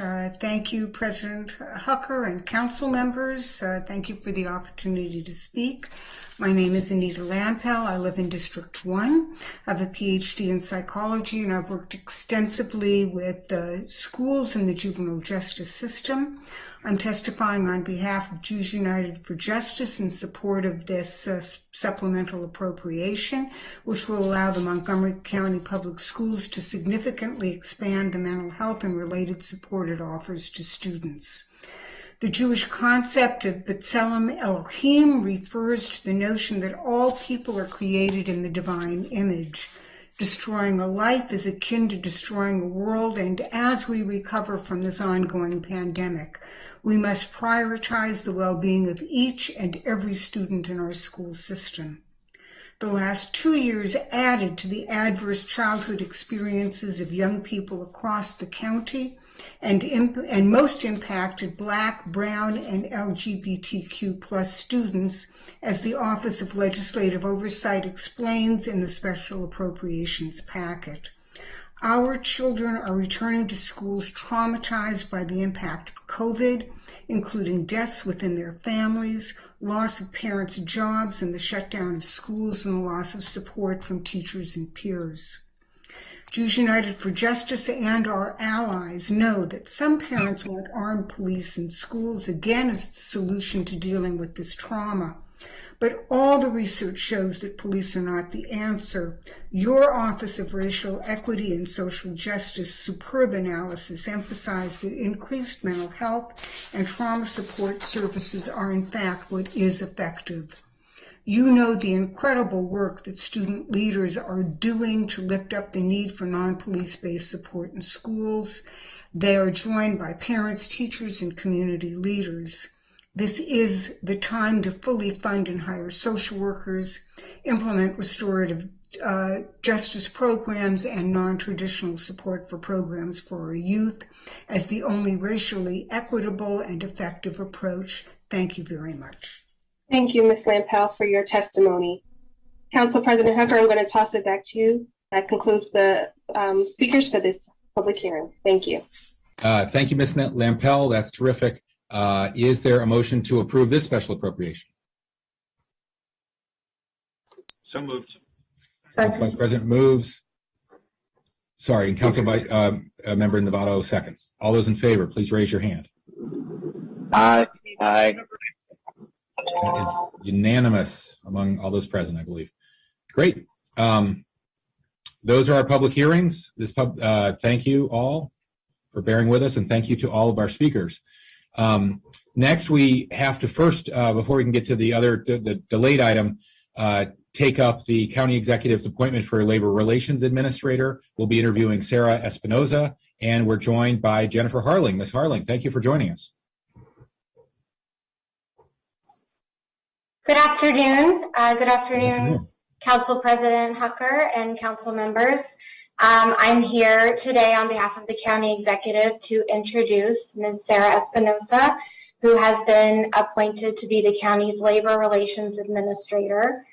For background, Section 33-103 of the county's collective bargaining law provides for the appointment of a labor relations administrator to implement and administer various sections of the law, including the specific duties as enumerated under this section.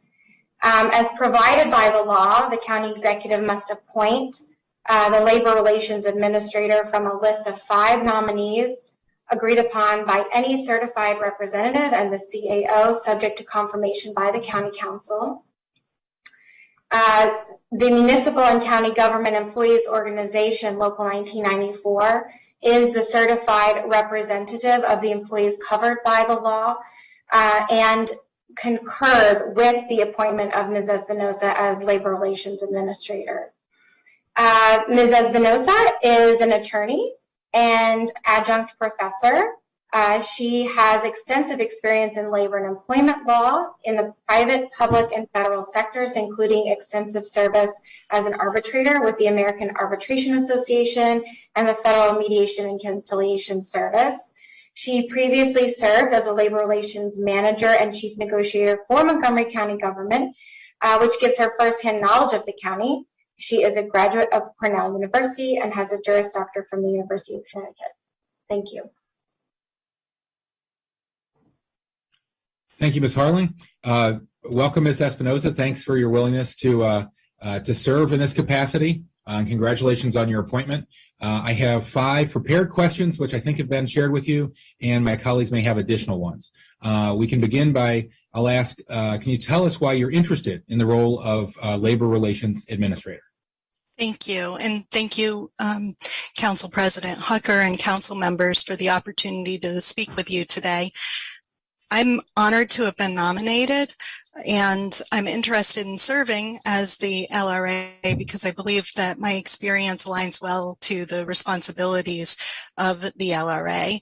I do practice exclusively as a workplace neutral. As a labor arbitrator, I'm selected by employers and unions in order to conduct hearings and issue decisions to resolve disputes. As a mediator, I facilitate voluntary processes in order to, I facilitate processes in order to help the parties voluntarily resolve disputes. And additionally, I do have experience in the public sector because my career has been spent in the public sector. I majored in labor relations, and then after law school went to work for a public sector union in Connecticut, where I served for many years representing state and municipal employees. I then worked for the state of Connecticut as a neutral, both for the State Board of Mediation and Arbitration, as well as for the State Board of Labor Relations, where which is essentially the equivalent of an LRA for the state of Connecticut, overseeing their collective bargaining laws. Then I came to Montgomery County and had the privilege of being a labor relations manager and serving as chief negotiator for the county executive. And then at Montgomery College, I was the director of labor relations and employee engagement, and then the vice president of human resources. So I think that my experience aligns to the responsibilities of the LRA position. Thank you. Thank you. What experience do you have representing, and you started on this, but did you have representing a union or management, an unfair labor practice case or a representation case? Thank you. So I, as I said, spent a number of years working for a public sector union in Connecticut, where I represented the union before the State Board of Labor Relations in Connecticut on the equivalent of ULPs, which were called prohibited practices, and also in representation matters. And then, of course, in my role with Montgomery County government, I was not an attorney advocating before the LRA, but worked closely with the county attorney's office in developing our positions that would be presented to the LRA. Thank you. How would you explain the differences, if any, between collective bargaining in the private sector and in the public sector? Certainly. So obviously the purposes of those organizations are different. And so for the government, serving the public is the fundamental mission. And in the private sector organizations have a different mission, right? So in terms of the purpose of the organizations, they're different. I would say that that one of the most obvious differences in terms of the private sector National Labor Relations Act and public sector, particularly the county code here, in terms of the county collective bargaining law, has to do with the impasse procedures. So as you know, in the private sector, there are different impasse procedures. Employees can strike, employers can lock out employees, and here in Montgomery County, the process is mediation and then binding arbitration. Thank you. Who are the stakeholders in public sector collective bargaining, and how do you see their different interests? Thank you. So first, the stakeholders are, of course, the parties to the collective bargaining agreement, so the executive branch, as well as McGeo, who represents the employees in the bargaining units. In addition to that, the council and the public are stakeholders within the collective bargaining process, and their roles or the role of the council is laid out in the code. Thank you. And are there any potential conflicts of interest of which we should be aware? So I don't believe that there are any conflicts of interest, but I do have two disclosures to make, one of which we've already spoken about, which is that I worked for Montgomery County government from February 2006 until April 2009. And my second disclosure would be that my husband is a retiree of Montgomery County government. Great. Well, thanks for his service. Colleagues, any questions? Okay, well, Ms. Espinoza, thanks again for your willingness to serve and for your answers today. They're very helpful. Ms. Harling, unless you have anything else, I think we can move on, and we'll get back to you, Ms. Espinoza, as quickly as possible. Thank you. Thank you.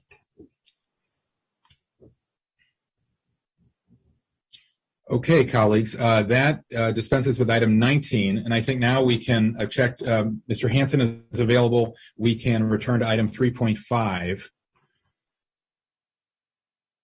The introduction of revised supplemental appropriation for the Montgomery County FY22 operating budget, Merit System Protection Board grievances, Montgomery County Fire and Rescue Service, $602,159, Montgomery County Sheriff's Office, $223,757, and Montgomery County Police Department, $626,039, and a public hearing will be scheduled on December 7th, 2021 at 1:30 p.m.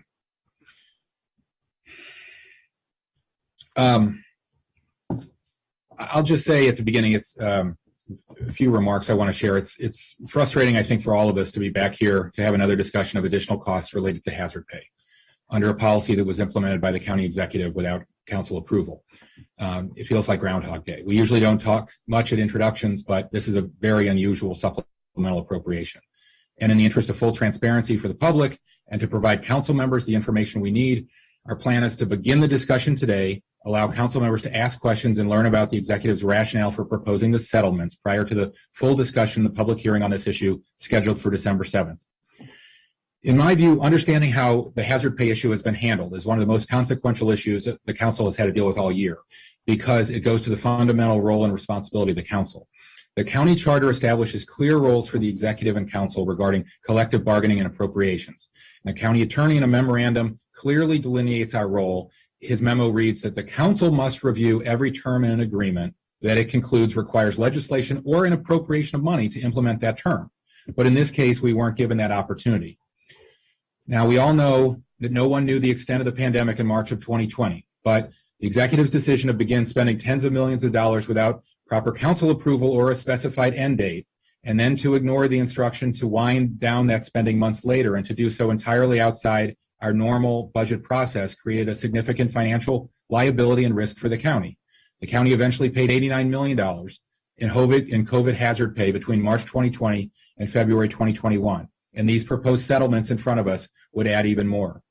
The fact that this is paid with federal funding and appropriation after the fact is really, to me, beside the point. The spending was outside our normal budget process, and the public might have preferred that we spend some of these federal funds on grants to expand mental health services or to keep our small businesses open or to keep our tenants in their homes or any other unmet needs, as our neighboring counties did. But we didn't have that opportunity because $89 million was eventually obligated by the county executive, not the council. So that brings us to today. Recently, the executive asked the council to approve this new proposed settlement to eliminate the risk of being ordered to pay a higher amount to our employees, double time, higher than their normal contract rate. This is understandably confusing for us, but also for the public, because the administration's public position has been that the double pay provisions of the contracts were never enforced. But we have to discuss this matter again today, over a year later, because the council recently learned that the executive sent a letter in July 2020 to FEMA seeking reimbursement for COVID hazard pay that stated the emergency pay provisions of the county's collective bargaining agreements had been triggered by the COVID pandemic. Under our personnel regulations, the county must provide similar double pay emergency pay provisions for unrepresented non-union employees if they must work during a declared general emergency. And the county executive wrote in his letter to FEMA, which is in everyone's packet, that the emergency pay provisions in the CBAs were unquestionably invoked, quote, by the pandemic. But that claim undercuts the established public positions of the executive branch and the council and the county attorney, specifically that the emergency pay provisions were never triggered because the county executive intentionally did not declare a general emergency and our government never shut down. If the council doesn't approve the settlement and these grievances are heard by the Merit System Protection Board or eventually by the courts, the county executive statement in the letter unfortunately would undercut the county's legal position and support the arguments made by the appellants in their grievances. So today we hope to learn or begin to learn how this occurred.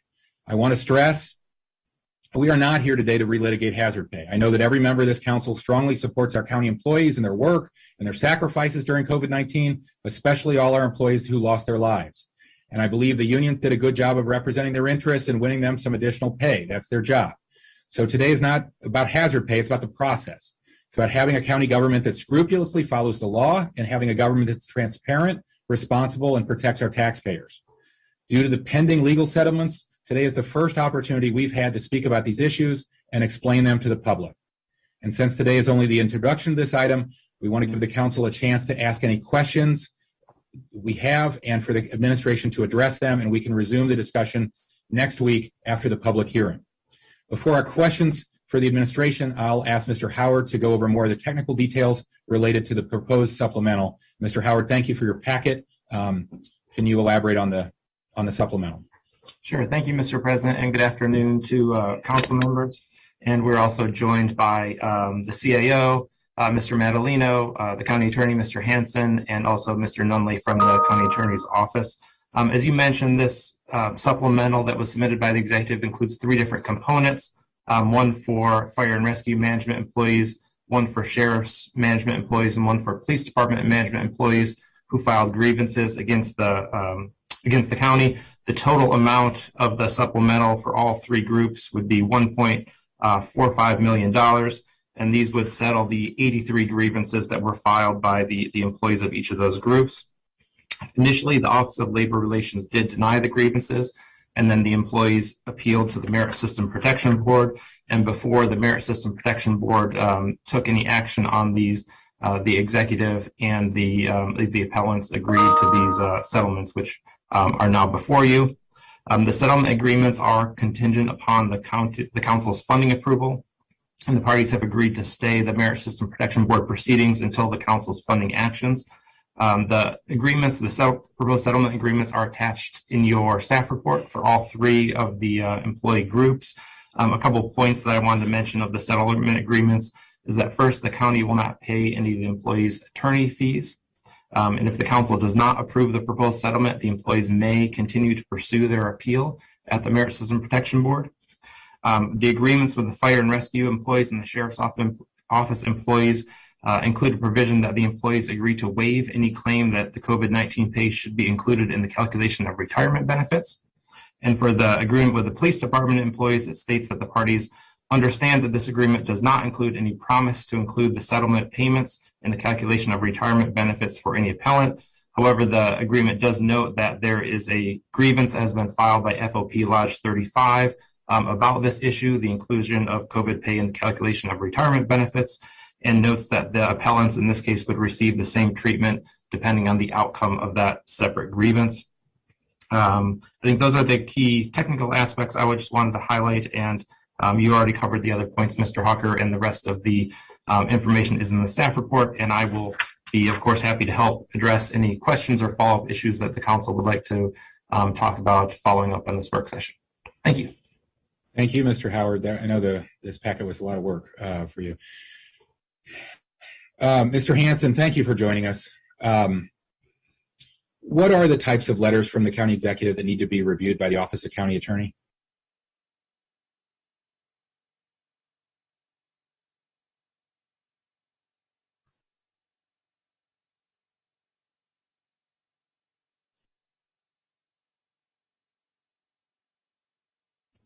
So, can you hear me?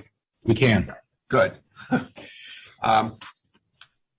There is a policy in place that identifies the types of documents that, when submitted to the county exec for signature, require that those documents go through the Office of the County Attorney for review for legal sufficiency. Those documents are agreements, binding legal agreements, contracts, executive orders, regulations, grants, land records, legislation, ordinances, real property documents, and zoning text amendments. All of those documents are to be accompanied by what we colloquially call a pink sheet. Which is a document that's generated by the county executive's office, and it's supposed to be attached to or put on top of the document that the sender is requesting be signed off on by the appropriate person on what we call the second floor, the county exec's office. Thank you. If Mr. Nunley, if you wouldn't mind sending all council members a copy of the policy, that would be very helpful to us.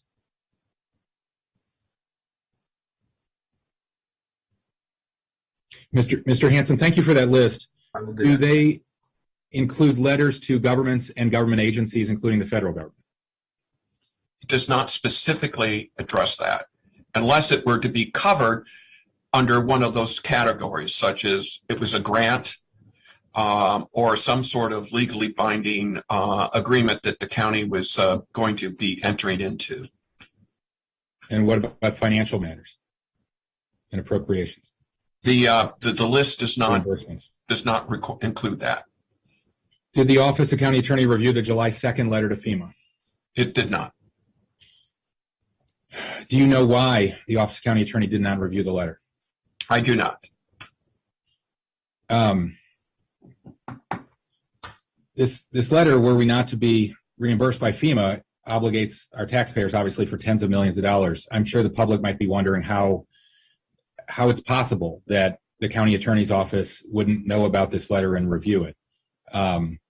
When did you learn about the letter to FEMA? I personally learned about it when Mr.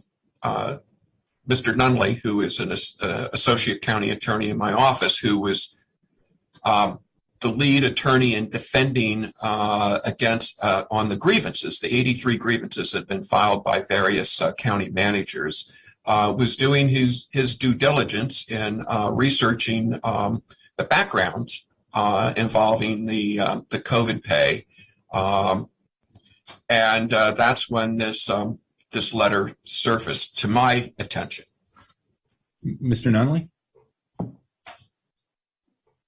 Yes, that's correct. I learned about it in reviewing the grievances to determine whether, they were appropriate for settlement and what litigation strategy to take. I believe, based on my email, that I would have learned of this FEMA submission around the beginning of April 2021. April 2021, and when again was the letter dated? July 2nd, 2020. The letter references a legal determination of an agreement between the federal government and the county, right? Wouldn't that fall under your policy?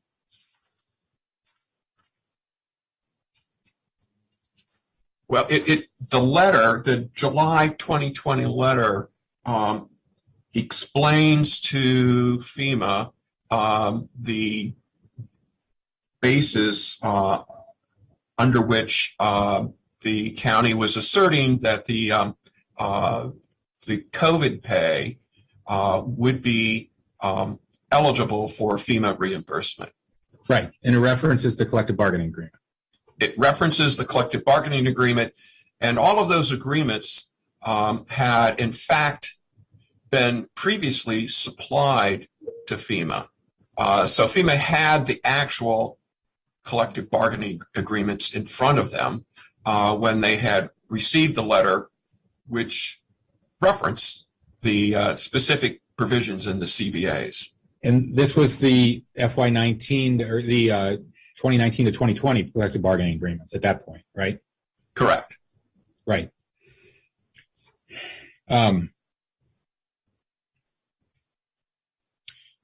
Let me ask about the content of the letter. If OCA had been given the opportunity to review the letter before it was sent, would you have recommended any changes to the substance of the letter?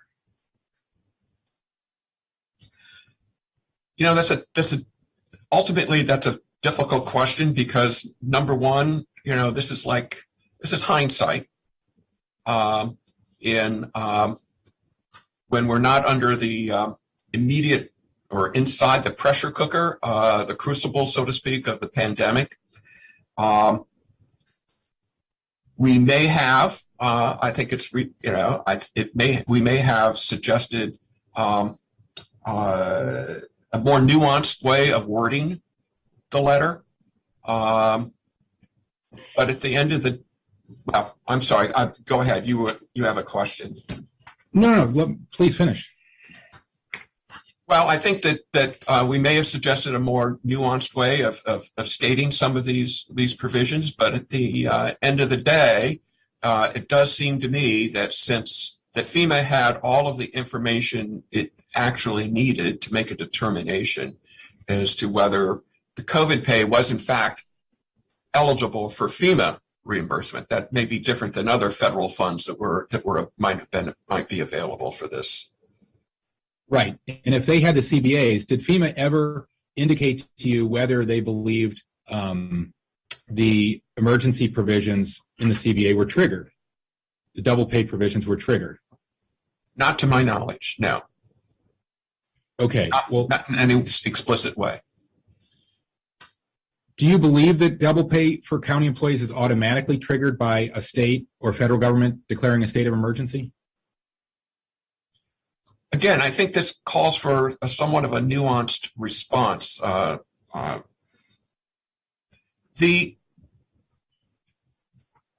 CBAs and the personnel regs all talk about emergency pay being triggered by a declaration of emergency by the county executive. Mm-hmm. However, that discretion that's held by the county executive, in my view, cannot be arbitrarily withheld. So you look at the facts, the context in which that sort of decision would be made. And we had number one, and most importantly, we had a global pandemic we were in the midst of, still are in many respects. We had the federal government making a declaration to the state of Maryland that there was a major disaster in the state related to COVID. We had the governor of Maryland declaring a state of emergency. And coupled with that, and I think very importantly, government facilities were being closed. All of which, when you take them together, spells, I think, that there was in fact an emergency, and that my view is that if this matter would be litigated either by a labor arbitrator or by our merit board, that there's a very significant possibility that those decision makers, labor arbitrator or the merit board, would conclude that in fact there was a state of emergency and that the county executive would be abusing his discretion in not declaring it. that's how I look at this. But yet the county executive never declared the emergency. That's correct.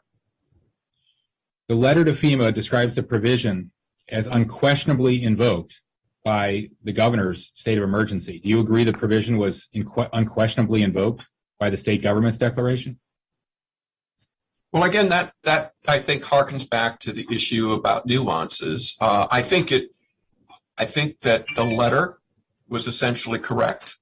In the sense that it was essentially correct in the sense that FEMA had all of the information it needed to make a decision. It had the CBAs, it had all of the background information I related, that was all of the context in which the statement was made. So that you had a situation, I think, where FEMA had all of the material facts in front of it. Mm-hmm. And again, as I said at the beginning, hindsight is a bit of a tricky thing in terms of trying to be fair about how things play out. And is it plausible county attorney's office may have suggested more nuanced language than triggered? Possibly. But did that make a difference at the end of the day in terms of what FEMA knew? My view is no.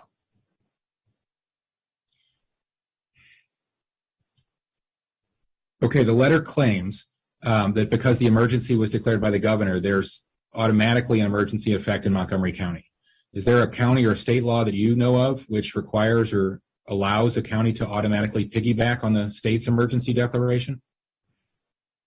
Well, actually the governor's emergency orders, delegates to local governments certain authorities in connection with the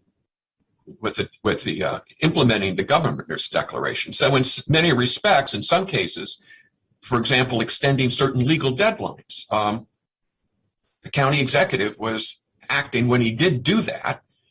For example, we extended deadlines in responding to Public Information Act requests because we just didn't have the human resources to respond to all the PIA requests we got. The executive extended that, and he was acting under the in the name of, or basically exercising state authority. So. Has the county executive ever explained to you why he withheld this letter from review by your office? I have not. I have not talked to the county executive about that. I'm not sure that withheld would be a fair characterization. All I know is that it was not sent to us. Not sent to you. In this past October, Governor Hogan issued a state of emergency for Tropical Storm Ida, including Montgomery County. Did the county pay double pay for that storm? And would we be required to under that state of emergency? I don't know if we declared an emergency or if Ida created a situation in this county where facilities were closed. I don't recall that happened. Okay, I just have a couple more. Did your office provide any verbal or written guidance to the county executive or the administration regarding emergency pay provisions as it pertains to COVID-19? We did provide some guidance early on when we were discussing this issue with the labor unions, and our verbal advice is exactly what I've just basically said to you here today, that the executive, while the emergency pay was triggered by a declaration by the executive of an emergency, that decision could not be arbitrarily withheld. And there were a lot of reasons which I've gone through: the global pandemic, the federal declaration, the gubernatorial declaration, the closure of county facilities, all of which spelled out in my mind that if this matter were litigated, there was a significant chance that the labor arbitrator would find that there was, in fact, a de facto or tantamount declaration of emergency here in Montgomery County. Mm-hmm. In a 2009 memo, you said, quote, an agreement reached by the executive and the union is more in the nature of a proposal or offer submitted for council review to the extent implementation of that agreement requires actions that are uniquely within the council's purview. Those actions are the ability to enact legislation and the ability to appropriate funds. Those powers cannot be contracted away by the executive and the union, nor can they be delegated to an impasse arbitrator. They are critical expressions of core public policy entrusted only to an elected legislative body. Do you believe that this principle applies to the appropriation in this case for the pay differential?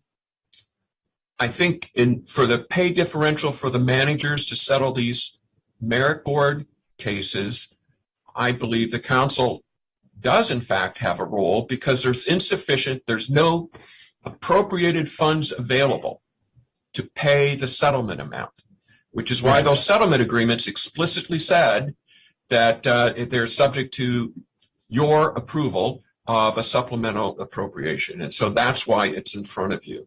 I appreciate that, and that's why it's in front of us. What about for the union employees? Well, the union situation, so the ability to settle potential legal claims has been delegated to the county executive under Code Section 20-2, which the council recently amended, and that the executive can exercise that power without council approval, provided that in agreeing to the settlement that doesn't amend or attempt to amend any county law, which the MOUs with the unions did not do, and two, that there was sufficient funds already appropriated to pay for the COVID pay. My understanding was that at that point in time, there were sufficient funds available in the department's budgets to pay the COVID pay. But if there had not been, or if a point came in time when the executive branch had insufficient funds to pay the COVID pay would have to stop until the council provided through some sort of supplemental appropriation additional money to pay for the COVID pay. Thank you, Mr. Hanson and Mr. Nunley. Mr. Madaleno, just a few questions for you. We asked just to confirm, we asked the county executive to join us today. Is he not coming? No, he's not coming. Okay. Can you tell us what the executive branch's process is for who reviews different types of letters, and was that followed in the July 2nd letter to FEMA? There's a multi-layer review depending upon the subject matter. Again, in June of 2020, when we are pre-positioning ABS refrigerated trucks at hospitals as makeshift morgues, I can't tell you if a series of people who are no longer with county government followed every normal step that would occur on a day when not everyone was teleworking because of the pandemic. So those were extraordinary times. We continue to be in extraordinary times for this process. So I don't know. I wasn't on the second floor if that process was entirely followed. What I can say is we submitted a request that predated this letter to FEMA saying we wanted to move forward with, we wanted to test whether or not we would be reimbursed for a variety of different expenditures. One of those was part of our salaries for individuals and the payment of the $10 an hour hazard pay that we had agreed to in the MOAs that Mr. Hanson spoke about. FEMA came back and said, nope, this is a new agreement. that you all have reached. We don't pay for new agreements. We only pay for emergency pay if it's in a pre-existing agreement, which is why we sent the contracts. And then we sent a letter saying, you see, our contracts have an emergency pay provision. So us providing this additional pay in order to respond to an emergency situation is nothing new. So that's the letter that was sent to FEMA. It is not as if the county executive woke up one day and wrote that letter. Has FEMA responded to that letter? They did, and in the end, they approved. That person during that initial review approved our submission of samples for reimbursement. Right. We have submitted more and more and more. Various things have been agreed to. Others, FEMA has changed their approach to how they were looking at emergency pay, which is why Congress included a large portion of funding in the American Rescue Plan to pay up to $13 an hour for emergency pay, which is why a lot of governments have gone back and used their American Rescue Plan dollars to put into paying hazard pay, which we have never entertained because we had moved forward with that with your appropriation of the NDA for the coronavirus relief funds in order to pay for the costs associated with the hazard pay MOAs. Thank you.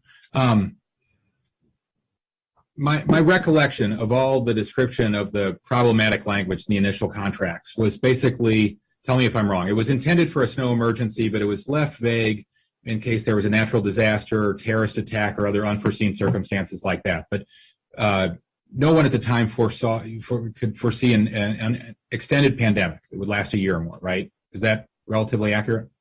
So if that language was the source of the problem, given that lesson, did you change that language in the 2020 to 2022 contracts that you bargained in the spring of 2020? We have not gone back and attempted to change as of yet the emergency pay provisions, recognizing that we are still in the middle of the pandemic. We have looked at other jurisdictions as to how they handle the pandemic pay. So we are looking at how we approach that issue. Of course, with bargaining, there are two sides to bargaining. Just because we want to say we want these provisions in the contracts doesn't mean that our labor partners are at the point where they're ready to agree to those provisions. So I'm confused by that. So even though I think it was stated publicly multiple times that, no one intended this language to include a pandemic, now that we are in a pandemic, no one changed the language in the new contracts. So we are still bound by that potentially if we were to be sued in the future. I would have possibly. Okay. Councilmember Novato, our GO chair. Thank you. I appreciate this this line of questioning because that's what's making me a bit confused. I think that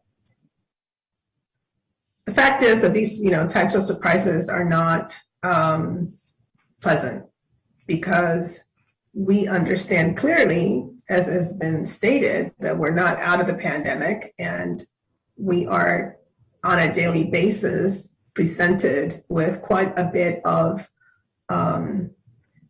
expressions of concern and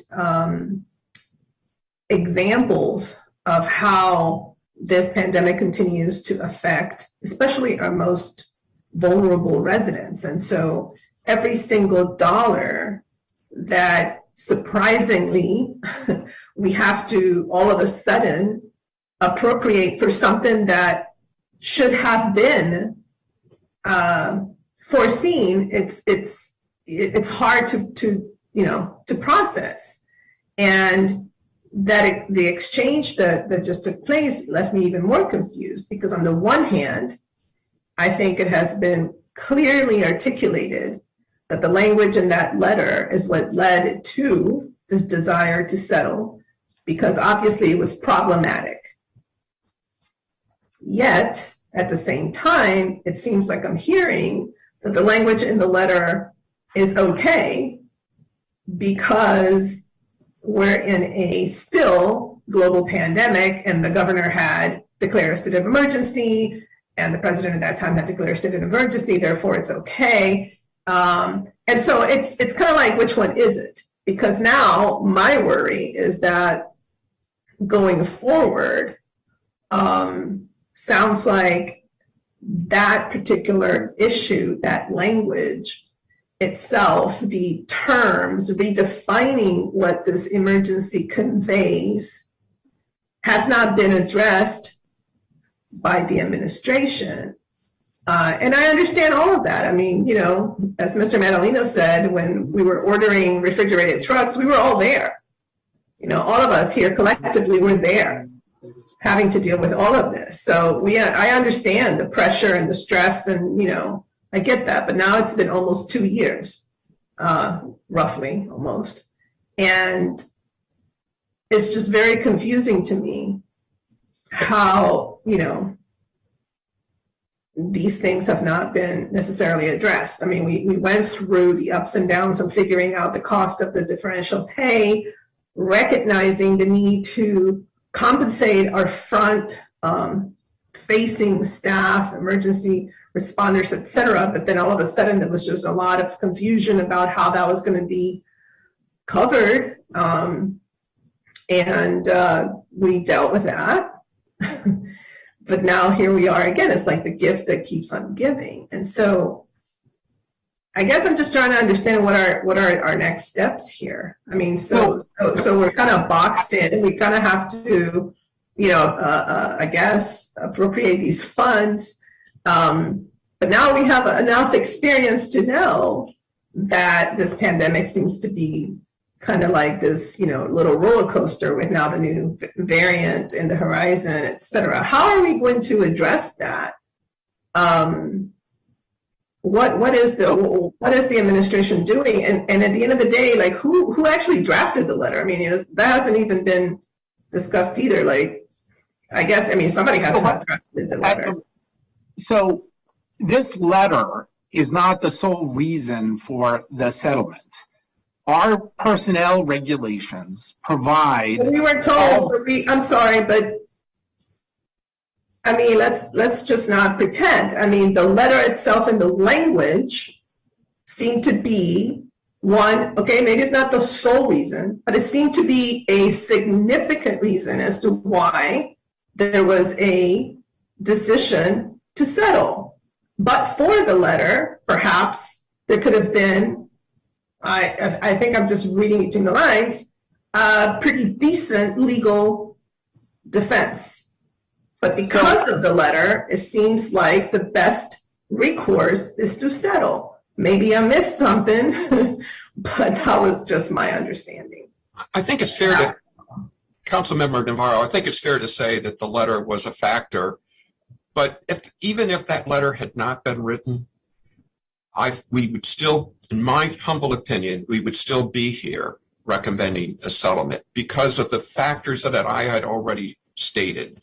You know, there was a global pandemic. There was a federal declaration of emergency. There was a state declaration of emergency. County facilities were closed. To me, that would have said to the merit board, not declaring an emergency because the executive didn't want to pay is not a fair resolution of these managers' grievances. I would also go back to an issue I think you raised earlier, and I think Councilmember President Hucker as well, you know, has the door been closed? The language to the CBAs has not changed, but the council in your FY22 budget resolution, as I recall, firmly closes the door to any more COVID pay. I think you made it very clear that appropriated funds could not be used for that purpose. So I think that door, at least for this budget year, is firmly, tightly shut. And the unions, I believe, my recollection serves, have also agreed, I think, to end COVID pay, I think effectively, basically in February of this year. Well, I appreciate you. I appreciate you publicly stating for the record that regardless of this letter, you would have recommended that we settle. I think that is significant, and I really don't have anything else to say, because it seems like now the question is settled. That regardless of the letter, that the recommendation was going to be to go ahead and settle this particular situation regarding this grievance. So, and it's so critically for the public to remember that why we are here is that these employees, these 80-some employees, filed a grievance because the personnel regulations of the county stipulate that the managers, the executives, and the managers in the police leadership service and the fire and rescue management team, sheriffs, that they all trigger emergency pay and receive emergency pay when the emergency pay provisions are triggered for the other county employees. The personnel regulations stipulate that management leadership service employees, the MLS employees who are the managers, the management service for all the non-public safety organizations, that they are specifically excluded from emergency pay when that is in effect. So we do have this bifurcation where intentionally the pre-existing rules said you are still covered, you get the double time. And so that's what the grievance we're asking for was double time for those hours. As we discussed, the Merit System Protection Board wouldn't have the ability to say, no, it's not. The only question before them was going to be double time or nothing, not the $10 an hour approach that everyone else got, which is why the settlement says, all right, you got the $10. That could have been paid for.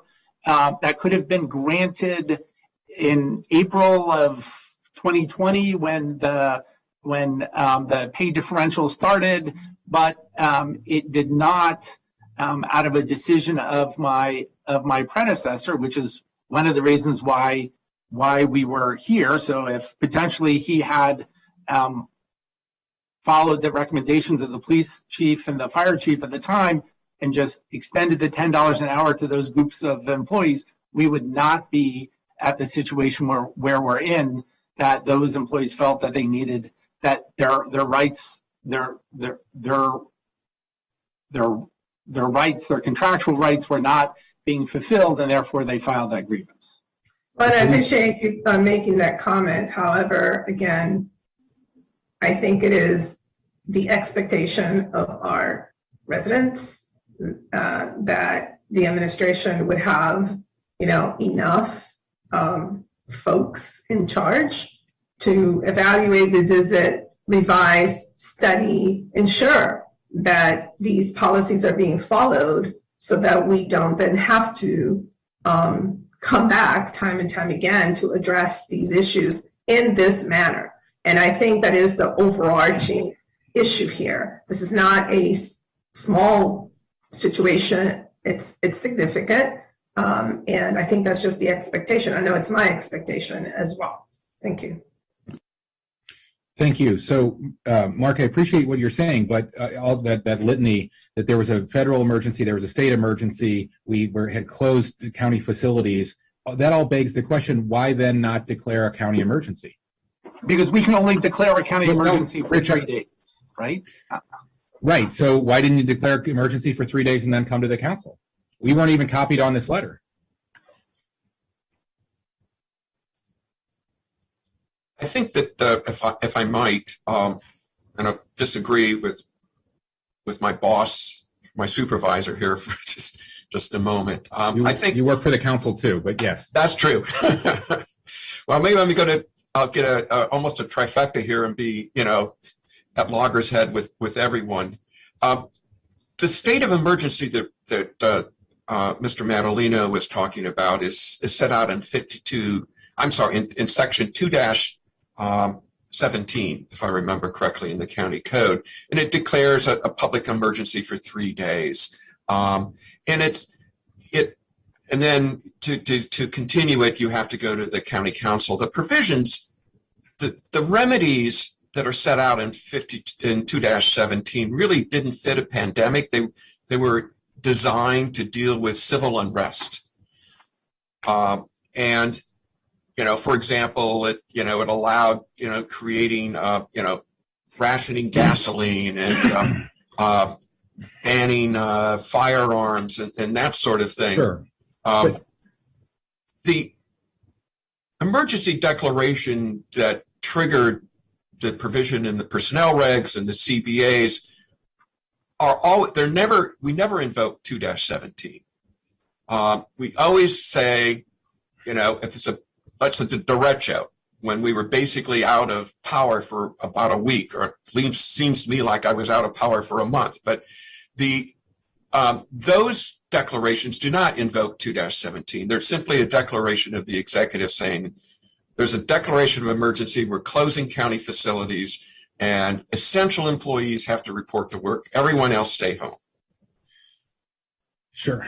But I'm sure we have employees and residents thinking, okay, in March 16th, 2020, Prince George's Executive also Brooks declared an emergency. Howard County Executive Calvin Ball declared an emergency. Why didn't Montgomery County? And the reason that was given in numerous press conferences and briefings of the council was because we didn't want to, because that would trigger this double time provision. We were told that then, and now we see a letter that the county executive sent without your review to FEMA saying there unquestionably was an emergency. And those provisions were unquestionably triggered, even though our public position was that they were not. So you could, how did that happen?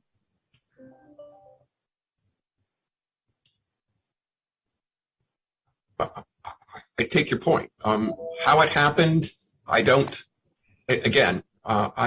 know. Did the county executive have the legal authority to bind the county taxpayers this way without council approval? Well, in the context of the agreements with the managers, the grievances that we're trying to settle, no, because he doesn't have appropriation authority to do it. But he claimed to FEMA that there was an emergency so that we would have to pay double time, knowing that if FEMA disagreed with him, we would be on the hook for all that money. And so far, it looks like FEMA disagrees with him. Well, at that point, we already had a signed MOA, Memorandum of Agreement, with all of the unions for the $10. So that was not really, with respect to the represented employees, was not an issue. And you had already passed a supplemental appropriation of the CRF dollars for this, amongst other purposes. After you had already initiated the policy without our authorization. We were forced to do that just to keep our employees paid. We were not consulted when the county executive set up the original hazard pay. We were notified in April. Councilmember Friedson. Yeah, just to clarify on that, we also were appropriating the funds in the context of retroactive expenses that had already been occurred. That was supposed to be through the end of the fiscal year for the first 6 weeks, which was the context of the original differential pay agreement. At that time, we were being told by the executive branch, which was the story for a while until it changed and then changed again and then subsequently changed after that, that it was being renegotiated before the end of the year. I understand it was by your predecessor, so much of this is not necessarily with your tenure as the chief administrative officer, but that's what we were told. And then ultimately, those discussions ended from what we were told based on the overwhelmingly positive response from FEMA, which is somewhat shocking when you read a letter that looks pretty defensive coming from the county government, arguing vociferously, perhaps even undermining the county's public position and certainly affecting us in this case, that seems to tell a different story. That this wasn't based on an overwhelmingly positive response from FEMA. It wasn't, an obvious situation where all of the differential pay would be reimbursed at that time at 75%, which is what we had been operating under and basing all of our fiscal assumptions and fiscal strategies on. So the challenge that I have is just the story keeps changing. The public positions are not consistent. And it makes it very difficult for the council to operate in this way. And I think it's most importantly very damaging to the public when the story changes, the rationale changes. Every time we show up to a meeting, it feels like there's a different dynamic at play. And so I just wanted to note the context and just make sure that the record reflected what the reality was at the time. I had noted for a while that hope is not a fiscal strategy. We've been talking about that since the beginning of these discussions, and it does feel like this, among related decisions, are the challenge that keeps on costing the taxpayers, and it's just a real serious concern. And while I appreciate Mr. Hansen, you noting that you don't believe that there is any other risk, all of the things that you noted for why there wouldn't be any additional risk would not encompass the settlement that we are here today to discuss, which happened prior to February of 2021 when that occurred. And so the risk that the county has, you weren't aware that it exists. It harkens back to the Dick Cheney comment of, you're not worried about the stuff you know that you don't know. It's what you don't know that you don't know that really concerns you. What we don't know about what we don't know is what really concerns me. And unfortunately, throughout this entire process, when it relates to a lot of these fiscal issues, that is the position that the council has been placed in. And I think that it's deeply unfortunate, and I think that it is a real challenge to the process and a real challenge to proper governance in the county. And I think we need to remedy that. I'm not here to overly criticize. We can't change what has happened, but it feels like we keep talking about this, but we're not fixing the issues and addressing the concerns. I'll note earlier, Mr. Hansen, you noted that the emergency provisions didn't fit a pandemic, which I think seems to be part of the whole challenge here. The reason why the council wasn't, invoked as part of this process, which it should have been. The reason why the county executive gets 3 days is partially because we only expect those emergencies to last 3 days, and also because the council has a primary role in these decisions.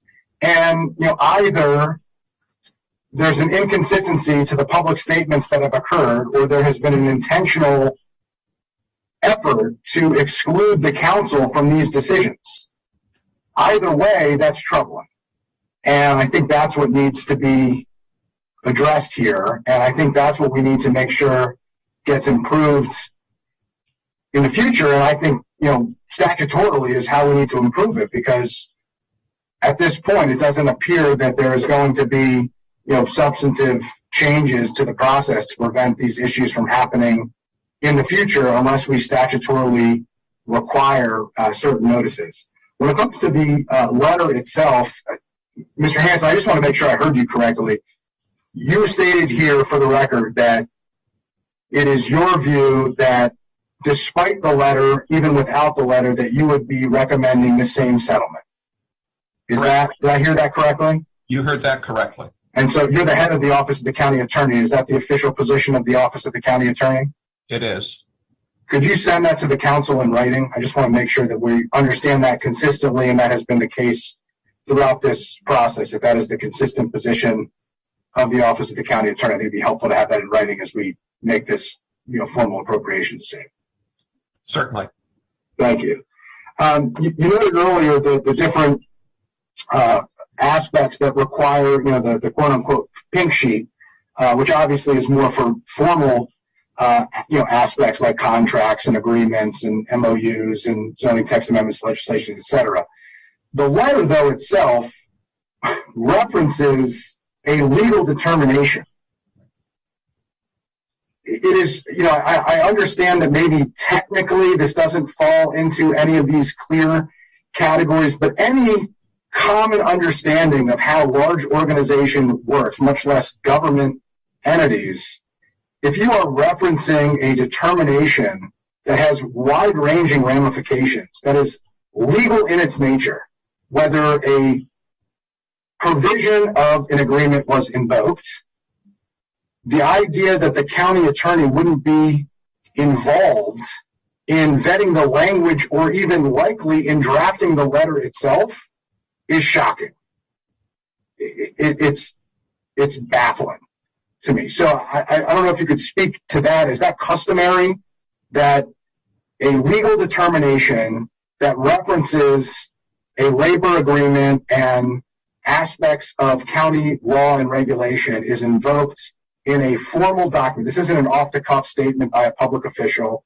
This is a formal correspondence between the Montgomery County chief elected official and a federal agency whereby the county is requesting millions of dollars in funds, in taxpayer funds. Is it customary for the county attorney not to be consulted?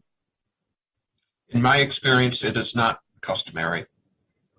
Okay, I appreciate that at least. As we continue to go through this discussion and this process, and I think some of this is part of a broader oversight role that we have in the December 14th conversation on the fiscal dynamics and where we are with FEMA reimbursements, I think will have to be part of this conversation. But I think it would be helpful to understand this amount of money, $1.45 million approximately, in the context of the amount of money that has been reimbursed to date from differential pay from FEMA. So I think that would be helpful as part of the discussion. And we don't have to have a long conversation here about it, but I think as we move forward to the final approval of this and to the December 14th conversation, I think that would just be helpful. So I just wanted to note that here for staff as well as the executive branch, just so you're aware. And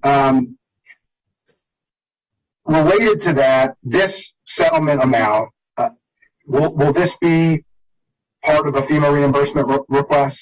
Is this being considered for FEMA reimbursement?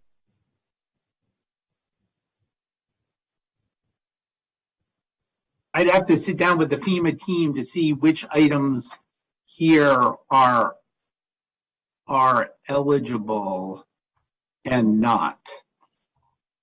So I'll look into that for when we get to the public hearing. Sounds good. Well, I appreciate if you could have that conversation and get back to us on what, if any, of this $1.45 million approximately will or won't be requested for FEMA reimbursement and why that determination is being made. I think that would be helpful. This was noted before, but it wasn't necessarily honed in on, I don't think, but could we get a determination either from Mr. Hansen or Mr. Madaleno, why this settlement, it's obvious and clear to everybody, which I believe it is, would require council approval before it's appropriated. The agreement itself says subject to council approval, and there was such an insistence by the county attorney for that to be included, but no such provision was included in the differential pay that was negotiated in mid-2020.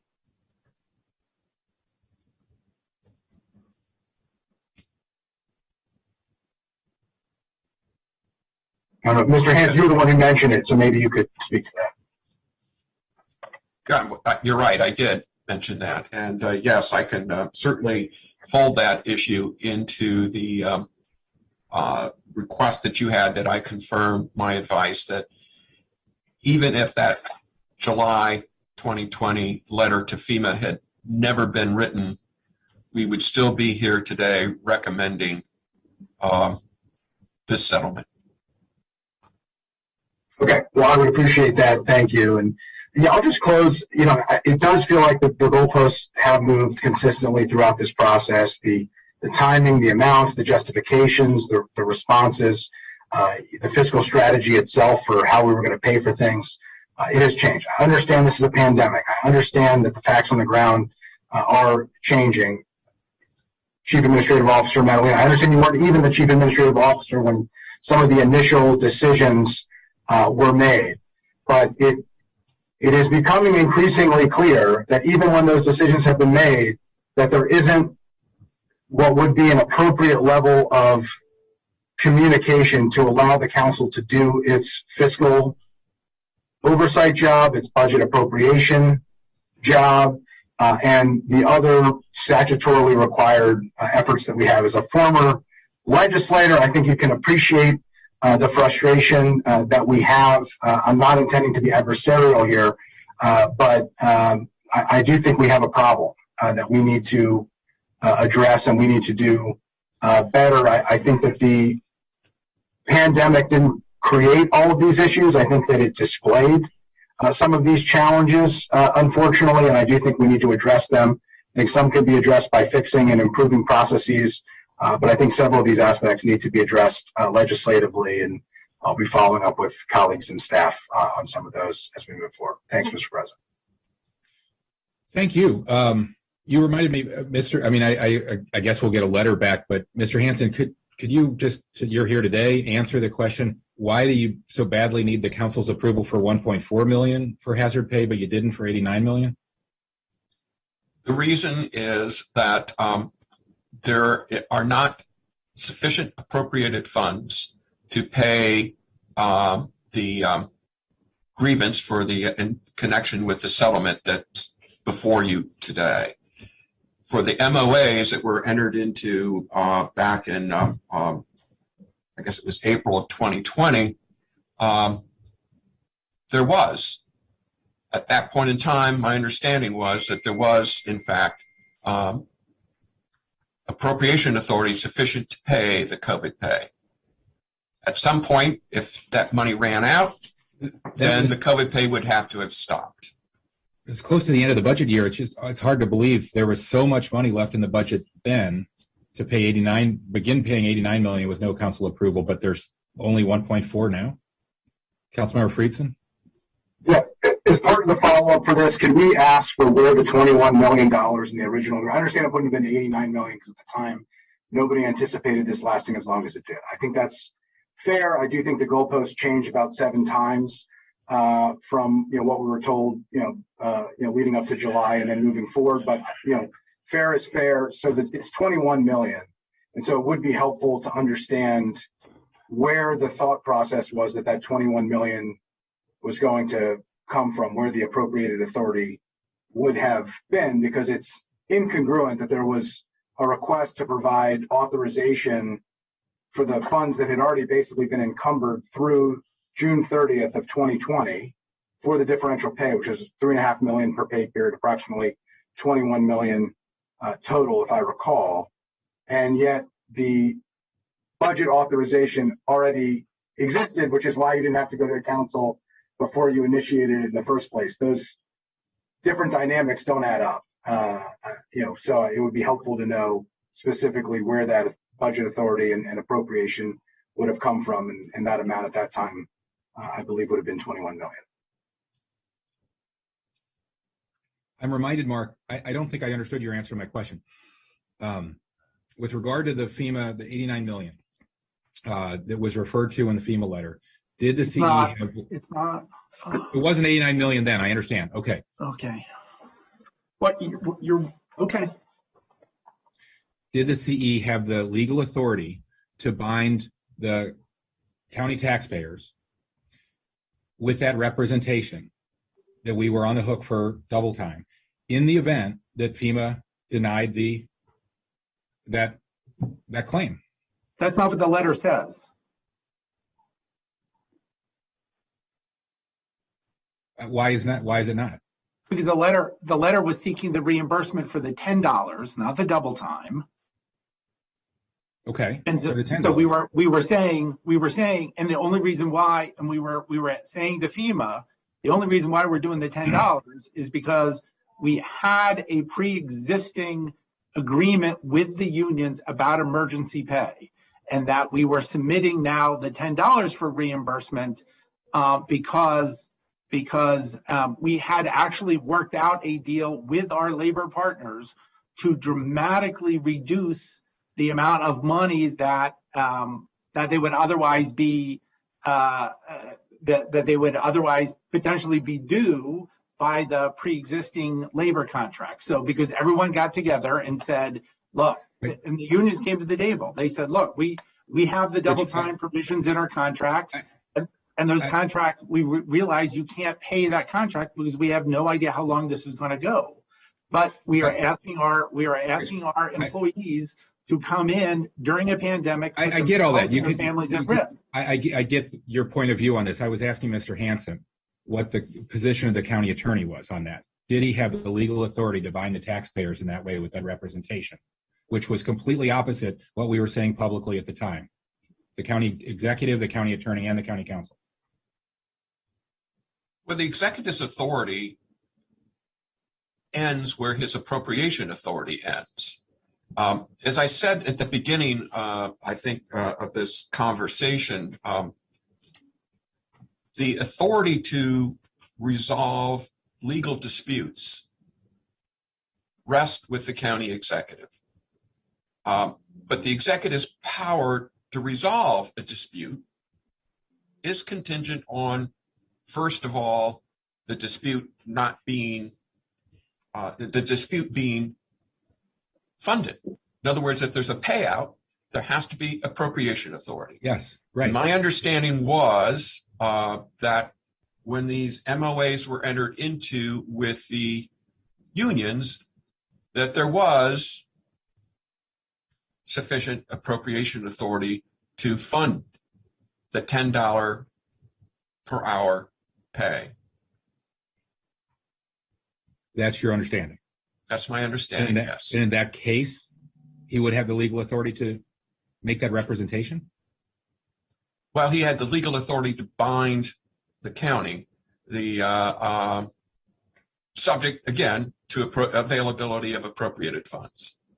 Okay, if you could document that with what you're going to submit to us, that the funds were there, I'm sure that would be helpful to me and my colleagues as well. Yeah. Well, OMB would probably have to do that. That's not within my. Sure. Well, Mr. Madalino knows people at OMB, I think. Councilmember Reamer.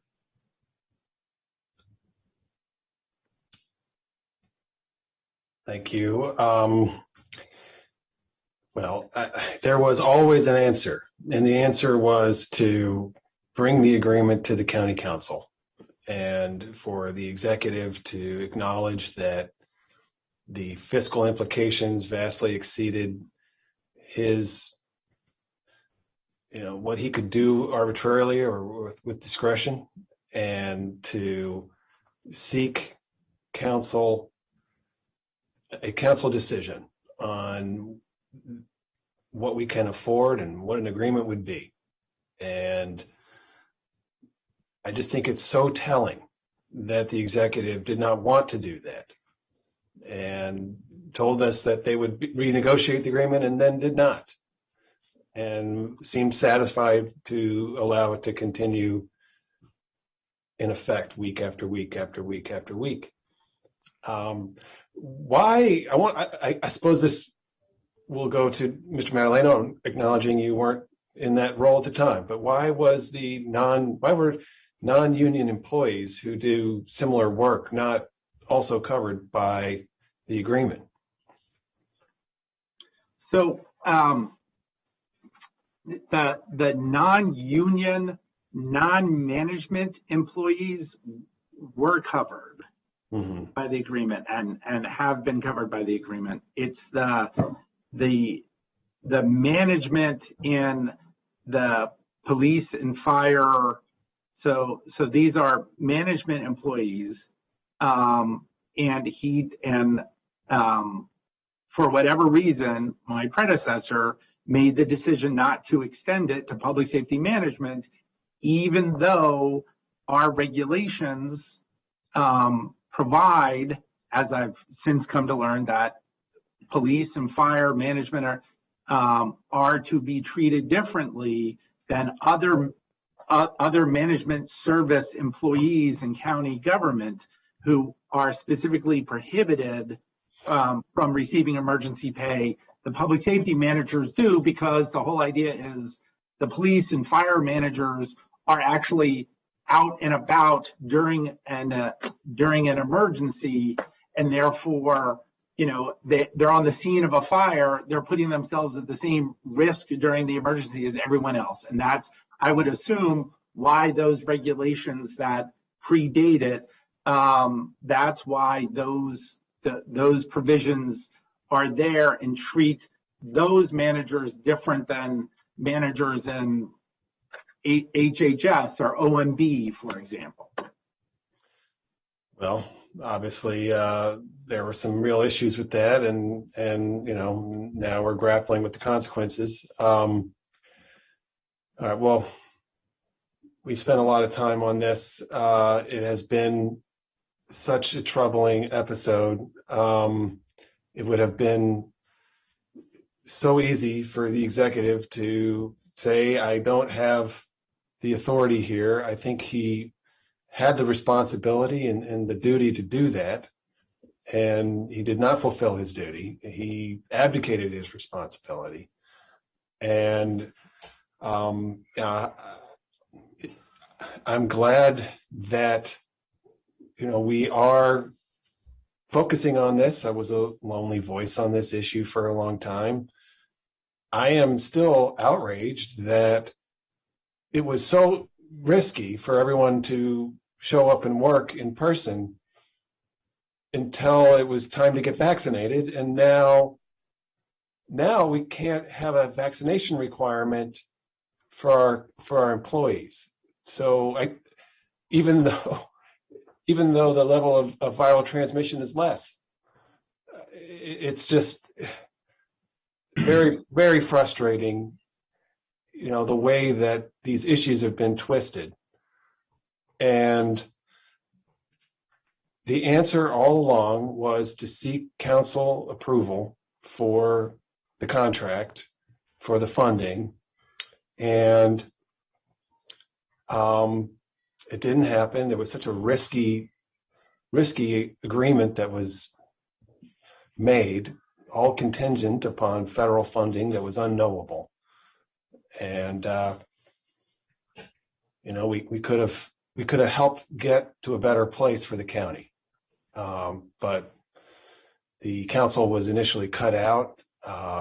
Later, didn't step in. Either way, the ultimate consequences. Some hazard pay was necessary. I think if we look at our peer jurisdictions, they provided some amount. Analysis that I've seen, it would have been less than $10 million. So there's some $80 million that could have been going to small businesses, families that have lost everything. Maybe they could have hung on, teacher positions for the schools, police officers for Silver Spring, all of these things that have been badly needed during the crisis. So it's frustrating, but appreciate the line of questions, and I certainly will be interested to hear this response about whether there is funding that could be expended. I'm not sure it really matters, but I would like to hear that as well.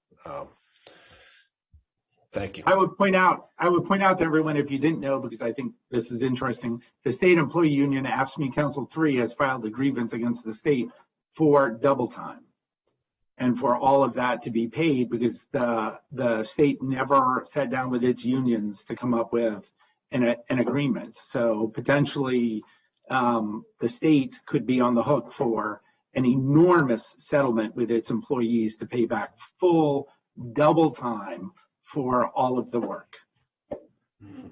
And my guess is the legislature is aware of that and they weren't kept in the dark. When did you learn about this grievance, Mr. Hansen? When did we learn about the grievances that we're proposing to settle? Yes, that we propose to settle today. Yeah. I'd have to defer to Mr. Nunley about that. I don't, off the top of my head, I don't know the dates as to when we got started to get our first grievances for management. Justin, do you know? Sorry, I was on mute. I would have been assigned these grievances as they started coming in. They came in not necessarily all at the same time, but sort of around the same time. And I believe I learned of them. This is when they were going to they were at the point where they were appeals to the merit board. That's when I learned of them, because that's when they were assigned to me. Around March 15th, 2021, I think, is when I learned about the first one, and then they just sort of kept coming because they were basically, it's a group grievance, but each person filed their own. So you learned March 15th of 2021, but you brought this to the council on September 21st, 2021? 6 months later? Well, we brought it to the council after we had negotiated a settlement. Could I ask, I can't tell from the proposed special appropriation, all the employees that are covered by this, are they all proposed to get $10 an hour, or were they separated into two cohorts of front-facing and non-front-facing back office employees? No, they're all proposed to get $10 an hour because of the fact that they are in public safety. Okay. Didn't we have other back of the office public safety employees in the union that got $3 an hour? I don't believe so. For IAFF and FOP, their employees all got $10 an hour, regardless of work location. They did. Okay. Yeah. Otherwise, it would create quite a problem. Okay. And the sheriffs are McGeo, but my understanding is that the deputy sheriffs, who are out on the road transporting prisoners, doing that would be front-facing work, was my understanding. Okay. Colleagues, any other questions on this for this hearing? Okay. Well, if not, this is only introduction. Obviously, we'll have a scheduled hearing on December 7th and another discussion then. And we look forward to getting the responses to our questions in writing. Mr. Mandolino working with Mr. Howard. Thanks for all your attention to this. And I guess we'll see you next week on this. Thank you. Thank you. Thank you. Okay, colleagues, that's item 3.5. We're through our public hearings. Through item 19, now we're on to item 20, correct? Item 20 is an action on a resolution to amend FY22 transportation fees, charges, and fares based on fair equity study. Excuse me. I want to just quickly, I'll turn it over to Councilmember Glass, but I wanted to thank MDOT and their MCDOT and their the contractor for the work that was conducted on the fair equity study. As I often note, we tend to have a very high level understanding of various issues affecting our residents, and studies like this really help us understand the characteristics of our residents that are taking advantage of them. This is a very important step for Montgomery County to better serve our low income residents who utilize Ride-On for their mobility and their accessibility needs. I'm disappointed that MCDOT and the county executive have proposed bringing back fares. I think we've done the right thing. The council has through the pandemic to keep them free, and I think that has paid off and is consistent with the rent cap and the other positions that we've taken. So glad to see Alexandria move in this direction. It would be a big step in the right direction for the region, for Montgomery County to take this step as well. And glad we're at this point today. Councilmember Glass, do you want to jump in? Or Dr. Orland? If Dr. Orland wants to lead us through, and then I can have some comments after, I'm fine with that. Sure. Great. Okay, I'll be brief, given the time. The county executive did recommend bringing back the fares as of beginning of January, reducing what had been the fare from $2 to $1, but of course, over the last year and a half, it's been free for Ride-On. Also reducing the rate for the Route 70, which is a express service from Germantown to Bethesda that had been $4.25, reducing that to $1. The T&E committee, however, unanimously believes that the current fair holiday should be extended through the end of the fiscal year. Typically, when there's a fair change, it happens between a Saturday and a Sunday. And so that's why the resolution says that the fair holiday would last through July 2nd and so on. As of July 3rd, the fair holiday would no longer be in effect unless, of course, the council approves another resolution. I had some different recommendations as well, but that's what the committee's recommendation was, and that was unanimous. It was, that's correct. Thank you, Dr. Orland. Any comments? If not, is there a motion? Oh, no, sorry. Councilmember Glass, I beg your pardon. Just real quick. No, it's okay. I appreciate your leadership, Mr. President, as president and as chair of T&E. And we all know we've had multiple conversations today alone about the inequities that our community faces because of the pandemic, and inequities we're all committed to closing and fixing as we move forward. And for many of our low-income workers who have served on the front line and have put themselves at risk to stock our shelves and care for us at healthcare clinics and keep our facilities operating and clean during the pandemic, these are the same individuals who largely rely on getting to work via our bus system. And if we continue the elimination of fares and have the fare-free holiday for at least the remainder of this fiscal year, it will allow our riders who are hardworking to use those funds to pay rent, to pay food, to provide childcare. And that we also know when we expand access to ridership, more people will get on board. When this council expanded the Kids Ride Free program, youth ridership expanded 50%. And the equity report shows that there will be a 15% increase if we continue with free rides. And there's also the environmental benefit. It's estimated that 7 million automobile miles will be reduced if we transition to fare-free rides. And that will even be more environmental benefits when we transition to an all-electric fleet. And the final thought for consideration here is that we know that a majority of our ride-on users have a household income of just $35,000 compared to the average household income in Montgomery County that is $108,000. So if we want to use this pandemic as an opportunity to not only build back better, but build back more equitably, having fare-free buses will go a long way in that direction. And so I hope our colleagues will support this T&E recommendation. And I yield back, Mr. President. Thank you. Anyone else?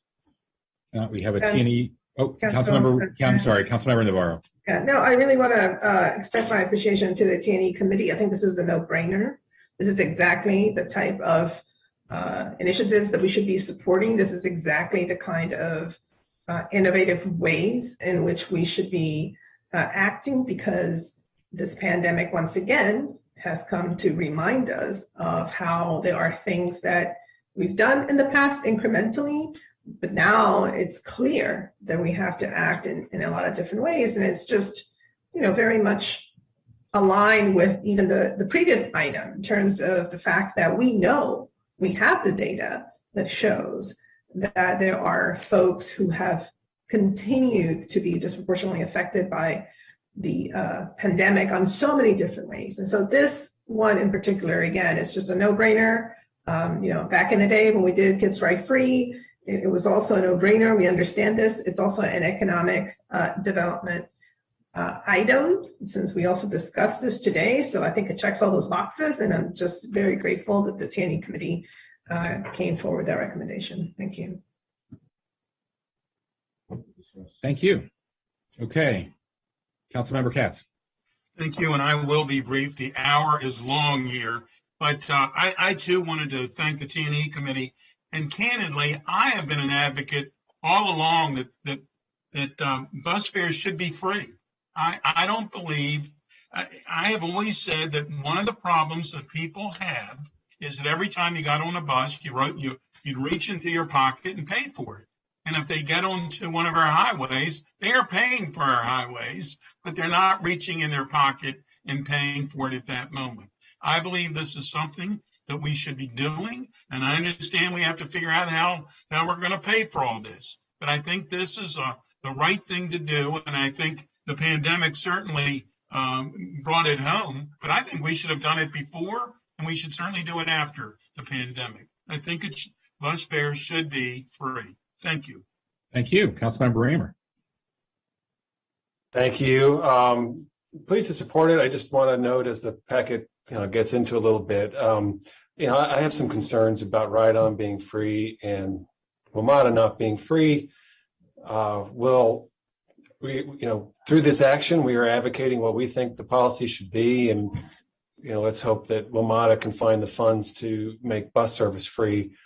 Our main corridors like Route 29 or Georgia Avenue or Veers Mill, they're heavily served by WMATA buses, and so just acknowledging that folks who use that bus to get downtown or to the metro or to their job, whatever it is, they're not able to get access to the free fare. We could add the $7-8 million, I think was the estimate that it would take to compensate Metro to make Metro bus fare free as well.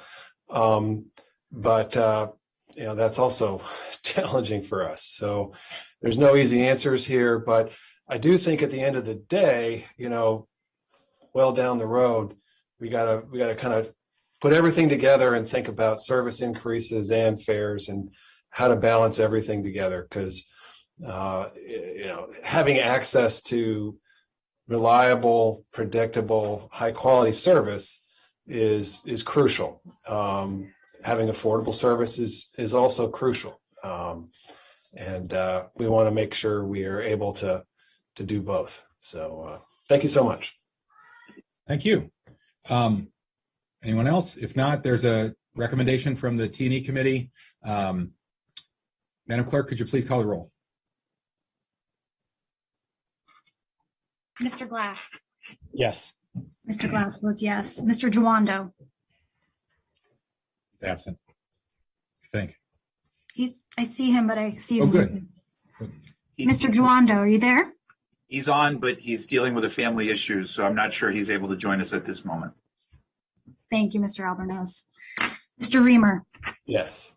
Mr. Reamer votes yes. Ms. Navarro. Yes. Ms. Navarro votes yes. Mr. Rice. Yes. Mr. Rice votes yes. Mr. Friedson. Yes. Mr. Friedson votes yes. Mr. Katz. Yes. Mr. Katz votes yes. Mr. Albornoz. Yes. Mr. Albornoz votes yes. Mr. Hucker. Yes. Mr. Hucker votes yes. Should we try Mr. Jawando one more time? Mr. Jawando? No. Thank you. Okay, thank you. That is approved. We can now sit for district council session. Item 21. Thank you, Dr. Orland.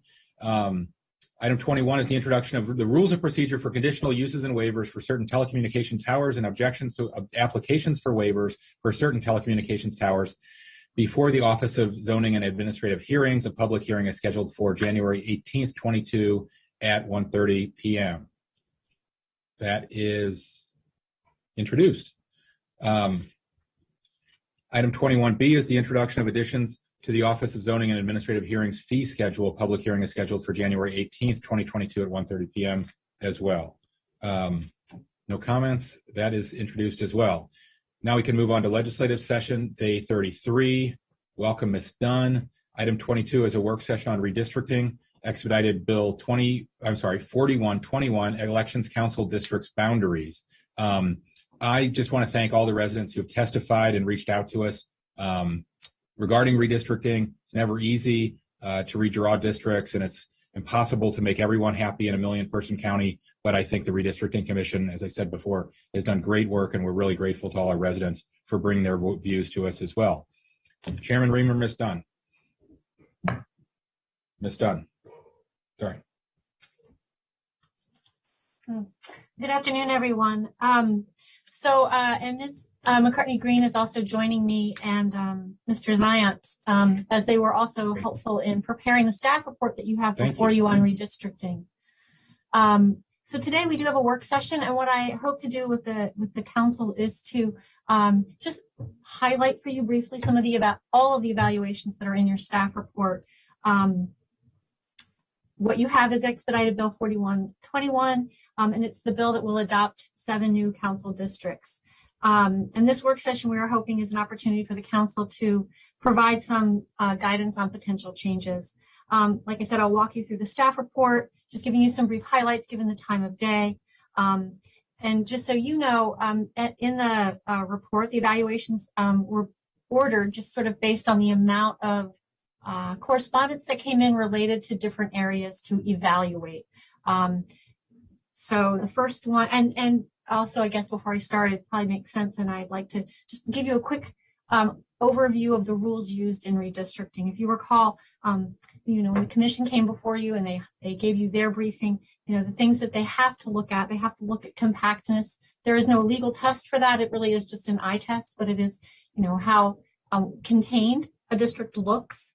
The second is contiguity, and that means that there can't be any islands. So a district can't be surrounded by another district. And then the third really that is probably one of the most important and the one that we can measure the most easily, not subjectively, but objectively, is the substantially equal population rule, which really is the Voting Rights Act rule, and it's in our charter as well. And what it requires is for the difference between the most populated district in the county to the least populated district in the county, they can't vary by more than 10% in population. Now, the commission did add their own ground rule, which was what they also made sure when they were looking at their creation of 7 council districts, that each council district didn't vary more than 5% from what would be called the target population or the ideal population, which is basically taking the entire population of the county and dividing by 7, right? So if every single district were identically equal in population, they'd have about 151,815 people in them. So the commission had their own ground rule of not being more than 5% either above or below that target of 151,815. But again, that is not a legal requirement. So I just wanted to give you just some setting for the evaluations that are in the staff report. First, looking at them, the staff looked at community boundaries that were identified either by council members or the public as areas that were areas of concern or that they were interested in seeing. Is there a possibility for shifting these boundaries? And then looking at the boundaries, staff identified the precincts that were involved, then looked at the population of those precincts, and then evaluated the impact of any of those shifts when you looked at precincts along the borders. And really limiting that in these evaluations for you in this report to shifts that would really affect the bordering district, right? So something that would affect the district on one side, or if a change was so large it needed one other change, maybe a district on another border, but did not go as far as to look at these evaluations and start to manipulate the map in such a way that one change might cause changes to 3 and 4 different districts. So I just wanted to provide that as a parameter. So the evaluations were trying to stay within a margin of really looking at impacts to a district or 2. And the first one you'll see in the staff report is around North Bethesda, Potomac, and White Flint. The council did receive correspondence, testimony for people that are in the North Bethesda area that were concerned with the idea that this new district, and I really do think that as the commission even stated, looking at the light blue or District 4 as they numbered it, should be considered as a new district. Going from 5 to 7, they're going to feel like areas in the county that are just going to feel different than they felt in the past because of the way they have to be grouped with other areas. It's just the nature of trying to find the right populations and compactness and abide by these rules. And this is probably one of those areas. But you did hear a lot. You heard people from North Bethesda concerned that they were no longer being grouped with District 1, which is the red district on the map, or District 3, which is the yellow, one being Rockville, one being more the Potomac, North Bethesda, or Bethesda district. But as you can also see in the evaluation, North Bethesda is a very large area. It's very highly populated. White Flint, same thing. There's really no room to take that whole big area and move it into 3, move it into District 1, or even to split it between those 2 districts. So then it became looking at, rather than being able to accommodate that huge shift, again, that would really require redrawing the map in a dramatic way. Were there shifts along edges that could make some sense? Were communities slightly split off? That if the map were shifted slightly, would that accommodate some of those concerns? And so one area that was looked at was a couple precincts that were on the west side of I-270. Could they be, grouped with District 1 since they are more closely aligned to that and on the same side of I-270? And those could be accommodated. The other caveat I want to mention, though, is as I go through these evaluations, each one was done looking at this change and that's it, instead of this change plus every other change. Now, later on, staff did look at all those combinations, but in writing this report, just to get this out for you and to address what you heard in testimony in your offices, some correspondence, it wasn't about, can this change also be done with this other change? And I'll just lay out there right now, all these changes can't be made. You can't make every change that's in the staff report, because if you do, the variation between the most populated and least populated district in the county is too great. It's well over 10%. So just stating that. The next thing in the report you'll see was an evaluation of the Kent Mill area. You heard testimony from a number of people who received correspondence. I actually even reviewed testimony again this morning from people who wanted Kent Mill, one, as a community kept together. They felt that the boundaries had been split. And two, every person that I had read their testimony on, testified on Kent Mill, wanted not only to be kept together, but they wanted it moved into District 6. They wanted it in the pink district, not the green district. So that's the primary evaluation that was done in this staff report, which in isolation, you can move from one district to another. Kind of two of the precincts that make up part of the Kent Mill area. There's a third that make up the Kent Mill area. It's already in the pink district. There are some smaller pieces of that will remain in green only because a larger portion of those are not in Kent Mill. They're in the Four Corners area. If you would like, I can pull up maps for any of these things, but they're also in the staff report. So I'm just going to keep talking just to keep this moving because it's late and I know that you have a long evening ahead of you. The third area of interest and looking at was the Durwood area. Really, it's primarily two precincts, and it was looking at whether those two precincts could get moved into District 7, which is the orangish color area, or into District 3, which is the municipalities, the city of Rockville. And in either case, moving just those two precincts for Durwood was not possible because it would always violate the Voting Rights Act. Other larger changes would need to be made to accommodate. It doesn't mean it can't be done. It just means that it couldn't go in either direction without making other major changes because that population move out of the District 6, the pink district, caused the variation across the county to be too large. The next one we looked at was we had received correspondence with respect to Four Corners, and in the packet it's called Northwest Park / Oakview. Those are the neighborhood names, but people also think of it as Hillendale. So those are two different changes, but they were grouped together. They came in as kind of one request, but they don't necessarily have to be linked together. So I want to make that clear too. Both of those changes can get made. If they're made simultaneously, they cause almost no change at all to the commission's map because one moves population from District 4, which is the light blue, into District 5, which is the green, and the other one, the Four Corners one, actually moves population from District 5, the green, into the light blue District 4. So those, if you take them together, have very little change. What I will just mention, though, is if you don't take them together, they do have an impact on how other combinations of things can get done. The next one is and more in the Up County. It has to do with Aurora Hills / Cedar Grove area. It is one large precinct. Portion of it really, that community felt like it should be aligned with District 2. Of the precincts is quite large, though. It's over 10,000 people. And that precinct could get moved from District 7, where it's currently located, into District 2. It would require moving another precinct out of District 2. But that could be done. You could accommodate that change, moving that northern precinct into District 2 and moving another precinct out of District 2. if you made all those changes simultaneously. And then last, there was a very small change. It's a neighborhood. It's near the edge of the bottom portion of the city of Rockville and the northern portion of Potomac. It's a neighborhood called Willows of Potomac and Treville Gardens. And part of that neighborhood was split.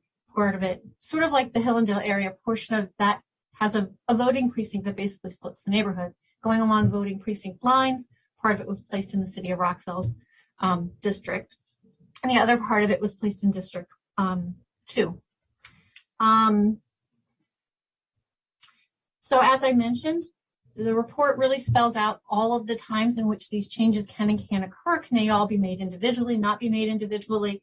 It notes where changes that could get shifted, where they do or don't meet the commission's ground rule. And again, I'll just make it clear. The commission's ground rule was something they used to help support this substantially equal population.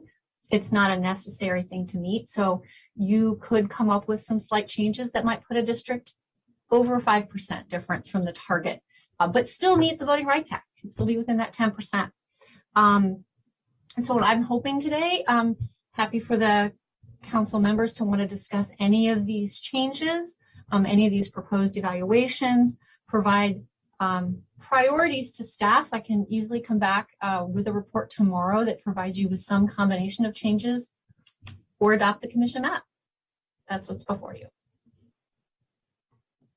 Thanks so much, Pam. Councilmember Navarro, I think, has a point she wants to make. Yeah, thank you, Ms. Dunn, for this report. I noticed that you didn't quite expand too much in terms of your analysis regarding the Kent Mill issue. I mean, I know it's in the packet, but can you talk a little bit more about what you included in the packet? Yeah, sure. Let me get some of my data in front of me. So Kent Mill, well, would you like if I pulled it up on the screen for everybody? Is that helpful or? Sure. Okay. Pull up.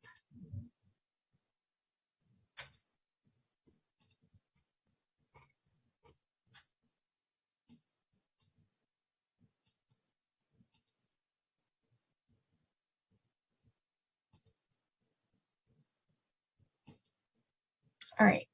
So this is the staff report, but it is in color, so I think it helps people that are possibly watching from home. And I will scroll down to the Kent Mill section just because it does show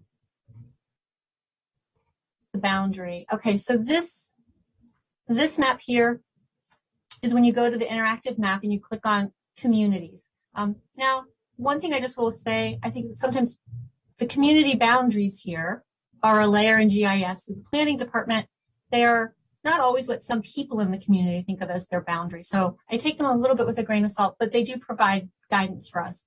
So if you can see here in the middle of the screen, Kent Mill is literally this green area here in the middle. It is this pink area just below that, and it is still categorized as Kent Mill down here at the bottom, this other green area. Okay, so that whole large area is called Kent Mill. And what we heard testimony of were people in the upper green portion of the Kent Mill area who have requested to be placed in the pink area beside them. So if I'll go down and show you the precinct boundaries, it's a little easier. Again, they're not perfect to the community boundaries, but they are what we're working with, right? We're not trying to split the precincts for the Board of Elections. So the easiest thing to do, well, the very first thing I looked at was looking at moving this one pink precinct into the green. But since almost all the testimony that I read requested the green to be moved into the pink, I also looked at that as that really answered two questions, right? They not only wanted to be together, but they wanted to be in pink. It would move this precinct here, 13020 and 13033, into the pink. It didn't move this one here because in the community layer, this portion of it, you can see on the screen, is Kent Mill, but a large portion of it is basically in the Four Corners community. And it didn't move this bottom portion either. Also, part of that is thought of as Kent Mill, but a larger portion is thought of as Four Corners.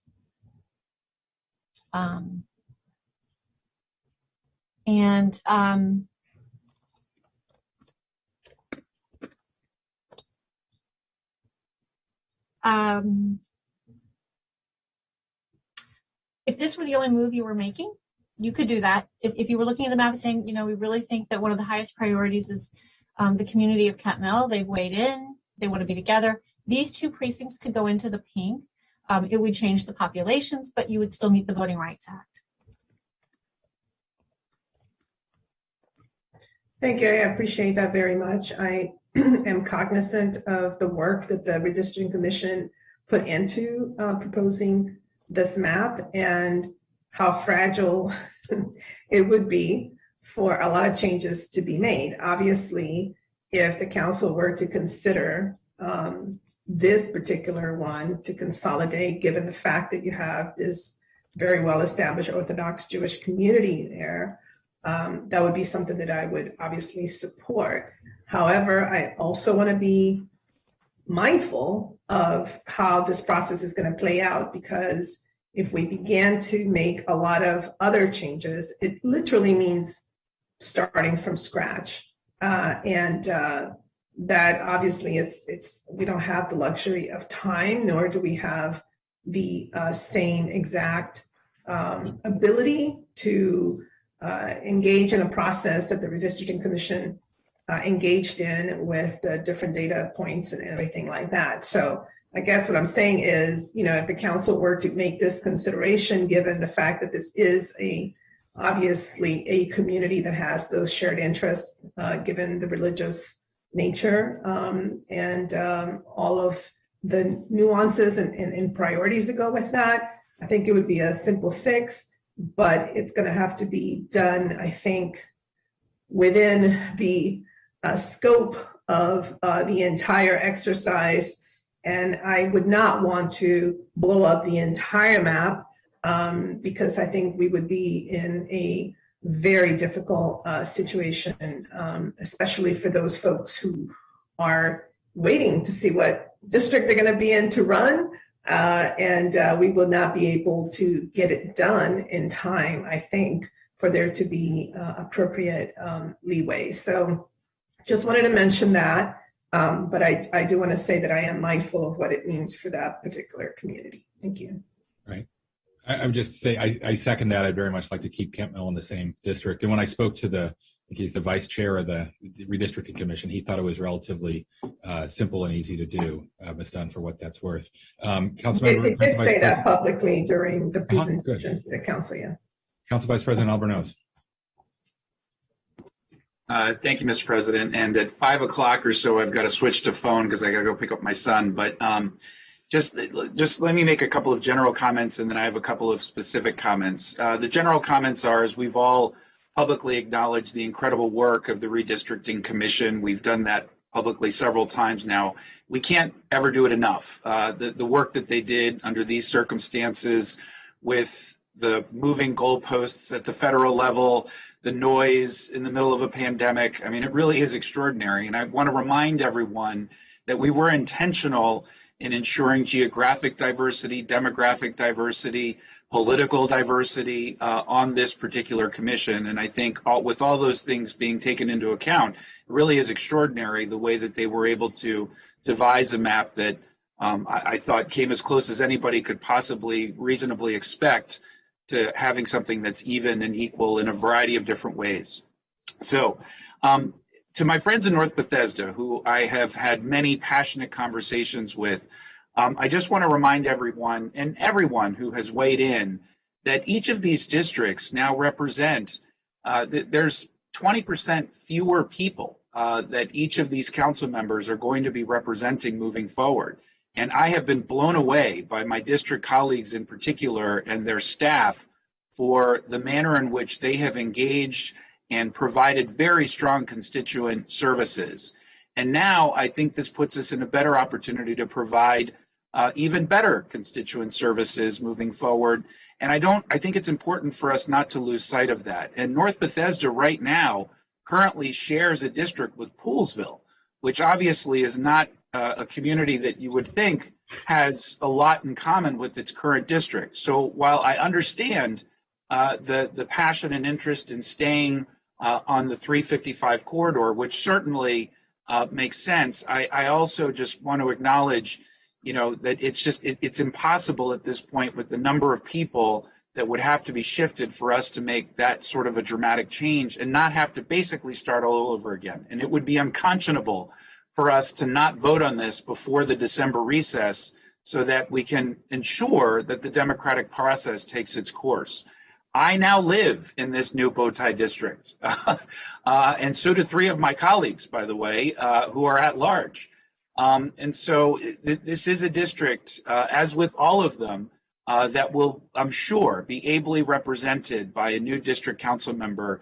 But I'll say it one last time, the synergy between at-large and district council members is so important and very effective, in my humble opinion. And I've been really impressed with how it all really, frankly, works.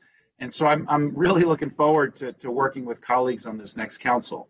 So with that as the context, and Councilmember Navarro said it perfectly, I can't say it any better, I completely concur with the issues specific to Kemp Mill, which I've received I had compelling conversations regarding the unique nature of that community, and what binds it together is the area of faith in a way that's really important. And I think given we can stay within the parameters that have been articulated, I think it's reasonable for us to look at making that adjustment and change. And obviously, I'm curious as to what my colleagues have to say with their recommendations for other districts, but that one in particular really resonated with me. So I would support Kemp Mill in particular, and acknowledging there's just not very many more changes that we are going to be able to make and still stay within bounds and still be able to vote on this before the December recess. So that's all I have for now, Mr. Council President. I'm going to switch to my phone and go pick up my son, but I will continue to tune in. I just will be off camera. So thank you all so much. Thanks, Council Vice President. Drive safe. Councilmember Reamer. Thank you so much. Really appreciate the comments from my colleagues. And I concur with them as well. It's not, unfortunately, tenable for us to redraw the map as best I can tell at this point. It would put representation for those districts really far more at the whim of this process, without having adequate time for people to really compete and bring the best candidates to the neighborhoods. So that's a concern. And I do see some difference to the point that was made about, many districts having communities that are different. I see a difference between having a district that has different communities as opposed to dividing a community. And, we've tried to avoid dividing communities where possible. And very sympathetic to the Kemp Mill concern that they are socially, culturally attached to Kemp Mill and the institutions there, and want to be able to be together in a council district. And so I think that should be our first priority as far as bigger shifts. And it's not even that big. That's one of the things that's makes it more doable, is that it's all the same, a relatively modest shift. We may yet be able to do some of the smallest tweaks.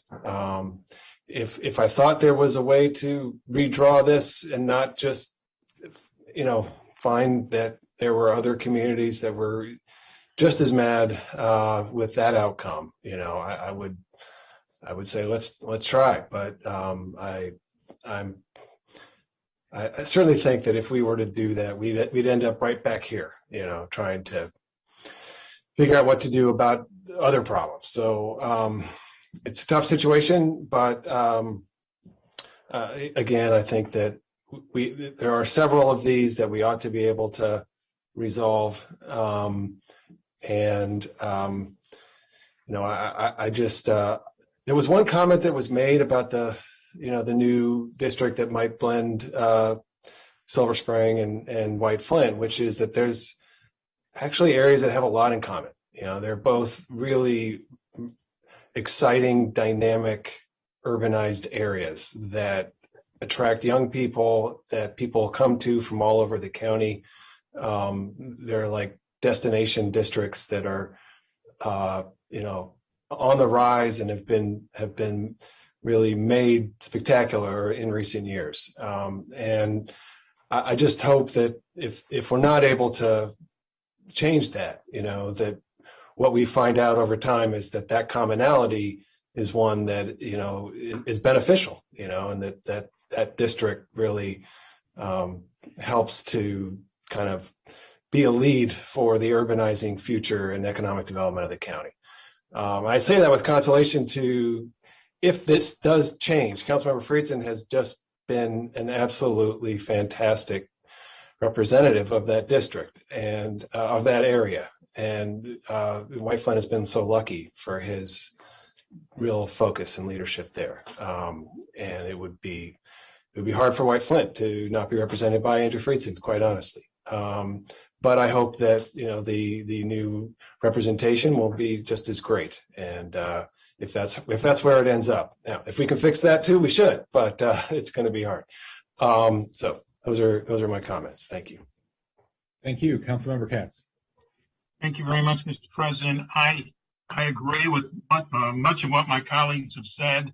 As far as attempting to change all of these districts, we can't in any way. I mean, the redistricting commission did an unbelievably good job, and we really don't have the time. And quite candidly, I don't believe we would do it as nearly as good a job as they did drawing these districts.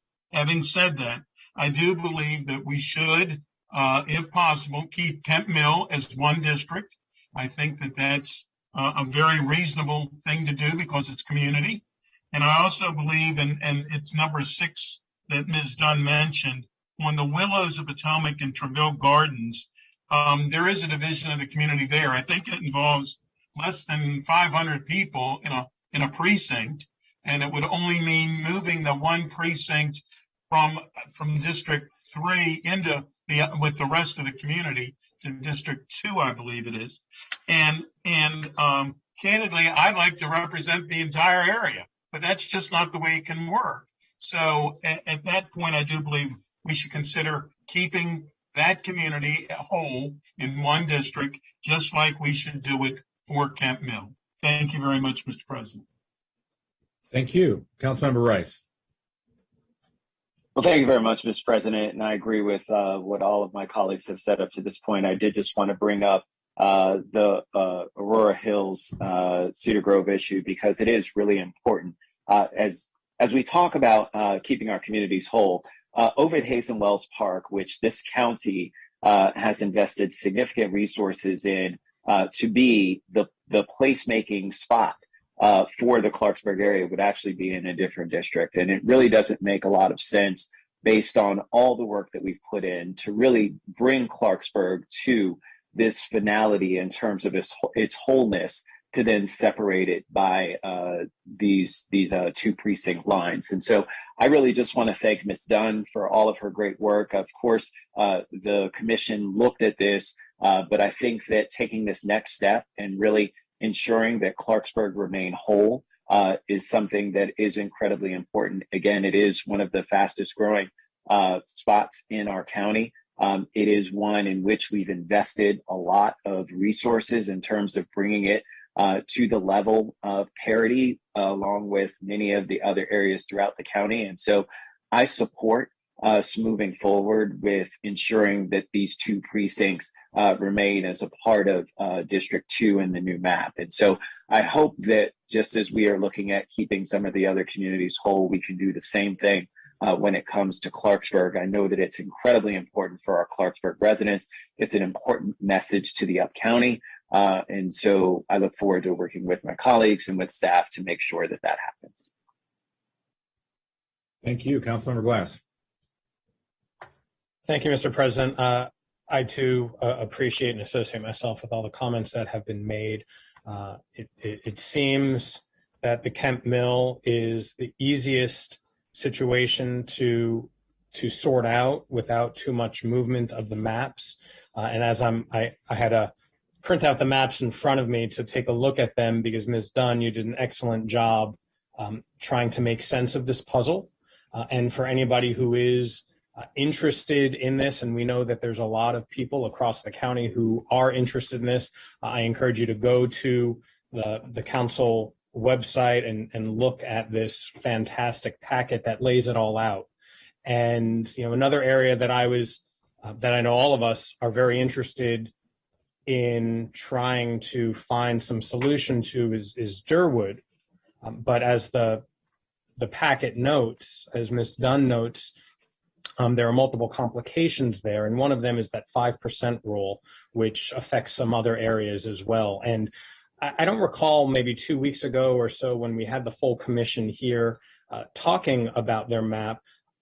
I personally don't recall us going into much detail about the 5% rule, understanding that the federal rule is 10%. Could you or Mr. Zients, as best you can, explain why the commission stuck to a 5% rule? I'll try it because it's relatively easy to explain. If you work with the 5% rule up or down from the median, from the average size of the district, you will always be within 10%.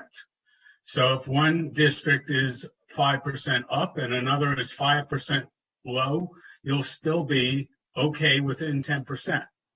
So you could view districts independently. You didn't have to wait till you had the lowest district to compare with the highest district to get to 10%. I was worried that I'd need to take calculus again, but you broke it down quite nicely, Jeff. So thank you for that. And that makes total sense. Ms. Dunn, I don't know if you wanted to add a comment too? No, you're good. Professor Zients, that was easy. And ideally, the whole purpose is to have equal and fair representation. And that is a goal I know that everybody wants, and we want to make sure that our districts have equal representation throughout them, so that everybody is treated fairly, equally, and equitably. And I would be cautious to change that arbitrary 5%, noting that it is arbitrary, because otherwise it opens up a can of worms whereby the whole map might be requested to be redrawn. And so I do view it as a slippery slope, although there are true merits, valid merits that certain communities have, but it just doesn't seem like we can do as many changes as we might want, or that some residents are requesting.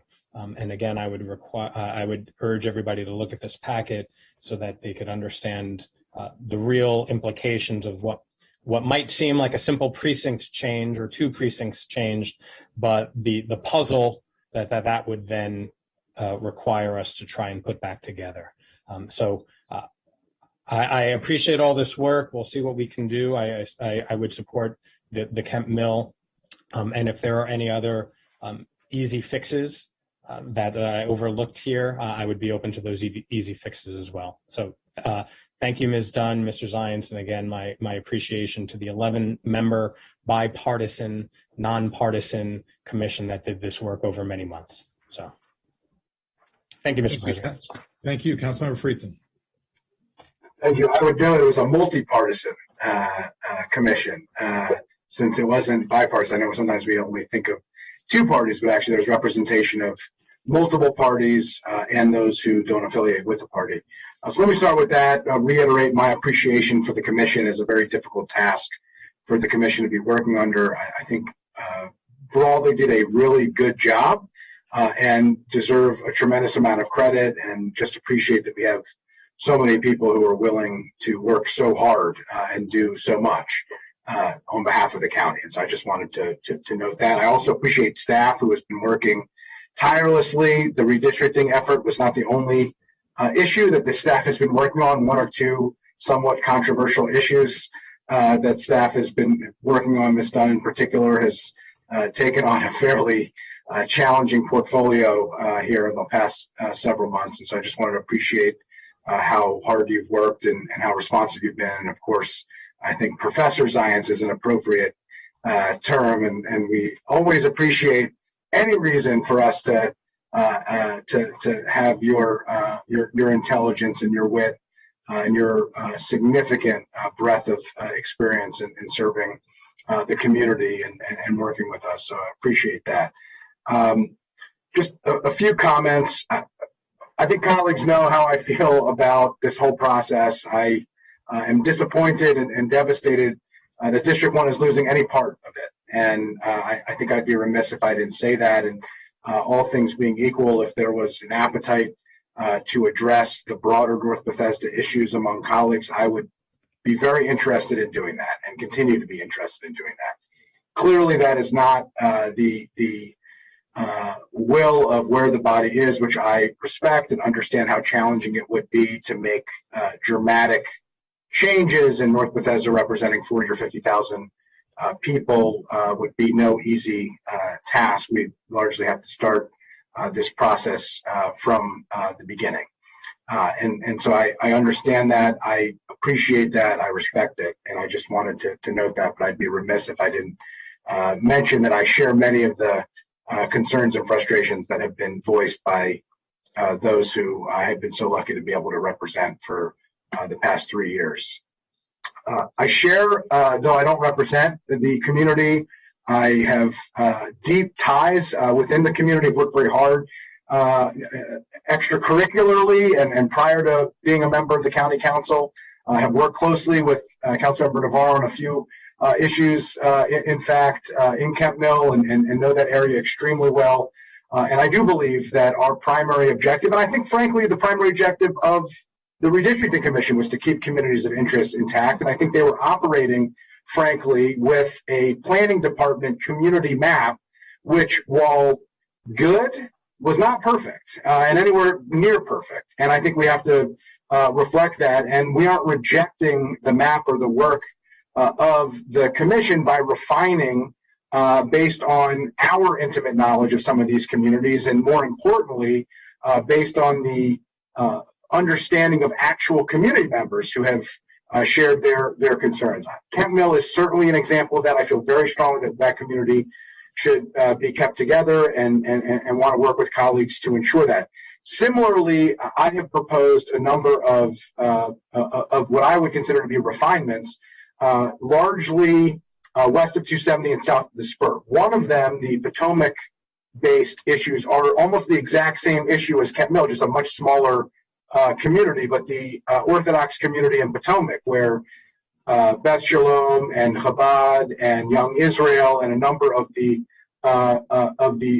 Orthodox institutions there, where community members walk to their synagogues. That community has, incidentally, I don't think by any intention, but based on the flawed planning department community maps, have been split up. And if you go to page 5 in number 1, some of the areas where Ms. Dunn couldn't accommodate all of the North Bethesda issues, but tried to accommodate some of those issues along the what is referred to as the Seven Locks Orthodox community. That would bring those communities back intact, and would also, as Ms. Dunn reflected, would largely respect the 270 as a major, and 495 as major boundary lines, like we frequently do with bodies of water and others, highway split communities, and we're trying as best as we can to avoid that. And so I very much hope that, just like with Kent Mill, we can address those issues. I think Ms. Dunn did a good job of reflecting how that could be done. Again, I think that's a refinement, not a rejection of any of the work. And I think it's very similar to Kent Mill, and has a very similar issue related to a religious community here, much smaller actually than the Kent Mill community, but no less important certainly, that very much wants to be kept intact and kept together, which I think should continue to be a primary objective. A little bit different from that, but a similar idea in terms of a community of interest. The Bethesda issues, there are a few precincts, a couple precincts actually, 2 precincts that are south of the spur that have always been considered Bethesda, right? North Bethesda, there has been sometimes some poking fun of when some of us grew up here, it was Rockville, and is it Rockville, is it Bethesda? It's never been Silver Spring, and that's been discussed. And but there are communities that have been, 2 precincts in particular, that have been lumped in with North Bethesda that never have been considered North Bethesda, currently are not considered North Bethesda, and I think should remain intact, with Bethesda, even if we can't accommodate the larger North Bethesda issue. And so I wanted to note that here. I do think there are ways that we can accommodate it. Obviously, there are a lot of moving parts here with a few of these puzzle pieces, but I wanted to make sure I let colleagues know that I think that is very important,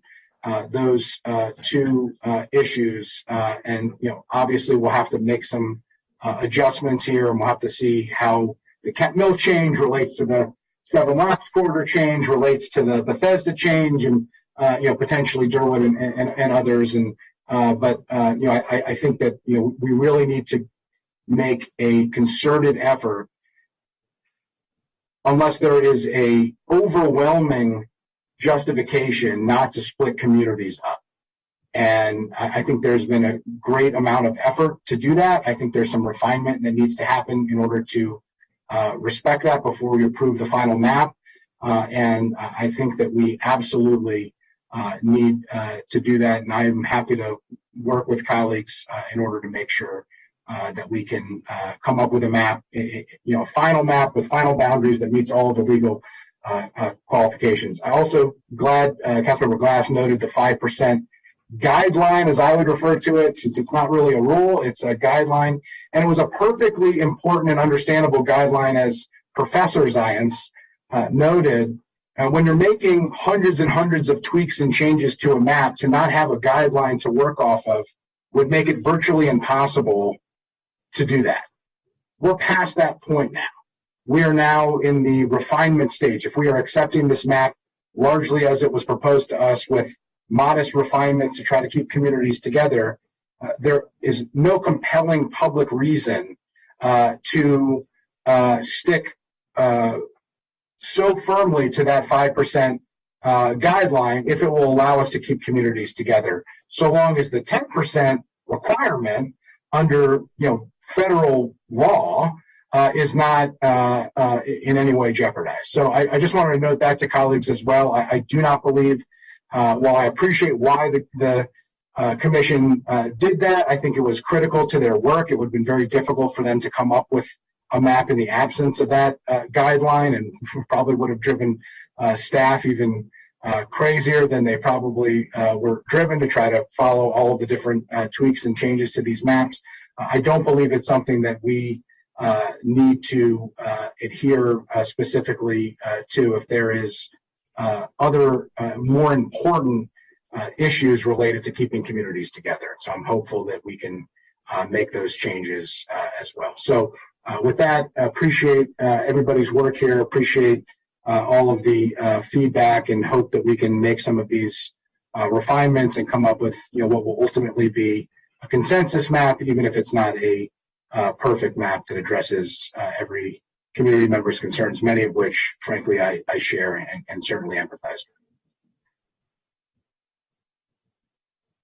I think those are the requests. Ms. Dunn, what else do we have to do today? Go ahead, please. So I have just 2 things. One is Councilmember Tawando has a family emergency and is unable to participate. So I just wanted to relay sort of his thoughts on the map as well. To be fair, everyone getting a chance to speak.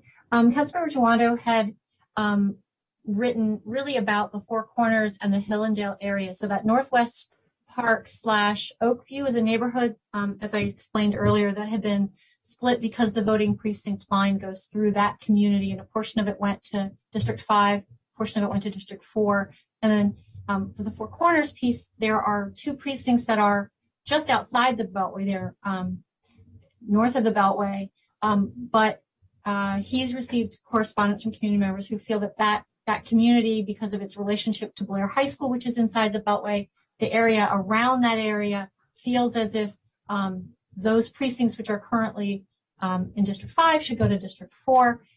Like I said, when you do both of these changes, they sort of net out to like almost no change. And I just wanted to reiterate that because that would be something that I think Councilmember Jawando would bring up for you. I think he would also support the Kemp Mill because I think he'd written me about that as well. But I just wanted to lay that out there. What I think is next is listening to your priorities has been extremely helpful. I am confident that I can bring back to you at least 2 maps. I'm hoping just 2. I don't know that I can do 1 with all of these things because, like I said, all the changes that are in the staff report can't all be made, and we're kind of close to saying that they are all something to consider. But I did get a list of priorities, which I think can mean we can get to 2 maps that I can bring you next Tuesday.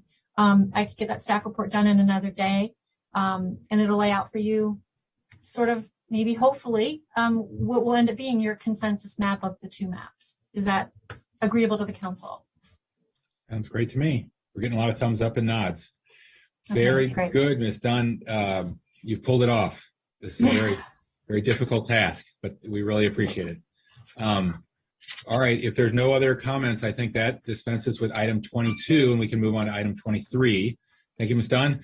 Item 23 is the introduction of Bill 4621, Environmental Sustainability Commercial Property Assessed Clean Energy Program revisions. A public hearing is scheduled for January 11th, 22 at 1:30 p.m. That bill is introduced.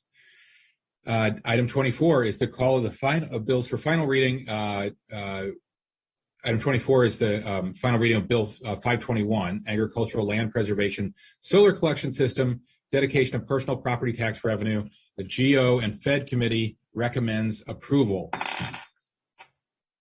Chairman Navarro, Chairman Reamer. Chairman Reamer will report. Oh. Yeah, 'cause he chaired. Well, you chaired the session. I suppose I did. I also voted no on the legislation. How inconvenient. Well, that's so I'm happy to. that is report. fine. I mean, I can report if that's if that is the agreement. I'll be happy to do so. So let's see here. Let me get my notes. So Mr. Dormer, of course, prepared a packet for us. So want to express my appreciation for that. This was a joint committee. This was the Fed Committee and the GO Committee coming together. And it's Bill 5-21, Agricultural Land Preservation Solar Collection Systems, dedication of business personal property tax revenue. This is sponsored by the lead sponsor, Councilmember Friedson, and co-sponsored by Councilmembers Rice and Katz. We did have, I think, quite a dynamic conversation regarding this particular bill. There had been some conversation and some discussion about exactly the percentage of the amount of the personal business property tax from the solar collection facilities that should be utilized and for what it should be utilized. There were also some conversations regarding the racial equity and social justice impact note.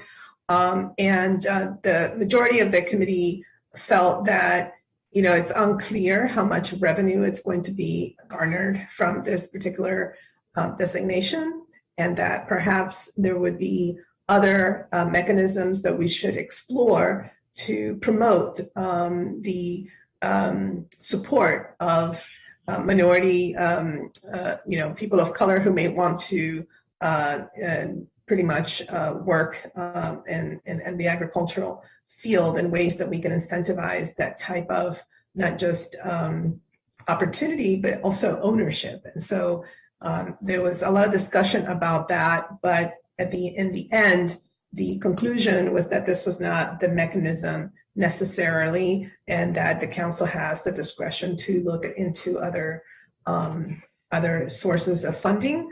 Perhaps during the budget process, there could be some things that we could discuss. And so basically, that was the crux, I guess, of most of the conversation was really regarding that. And in the end, we voted 4-1, as Councilmember Reamer just said. He voted against it, but it was 4-1 to go forward. And that's basically the bill. I think I would want to turn it over to Councilmember Friedson, since he's the lead sponsor, for any comments, and then Mr. Drummer to see if there's anything that I missed, since I didn't actually chair the session. I'm happy to follow Councilmember Friedson as well. Right, awesome. Councilmember Friedson. Yeah, appreciate it. Thank you.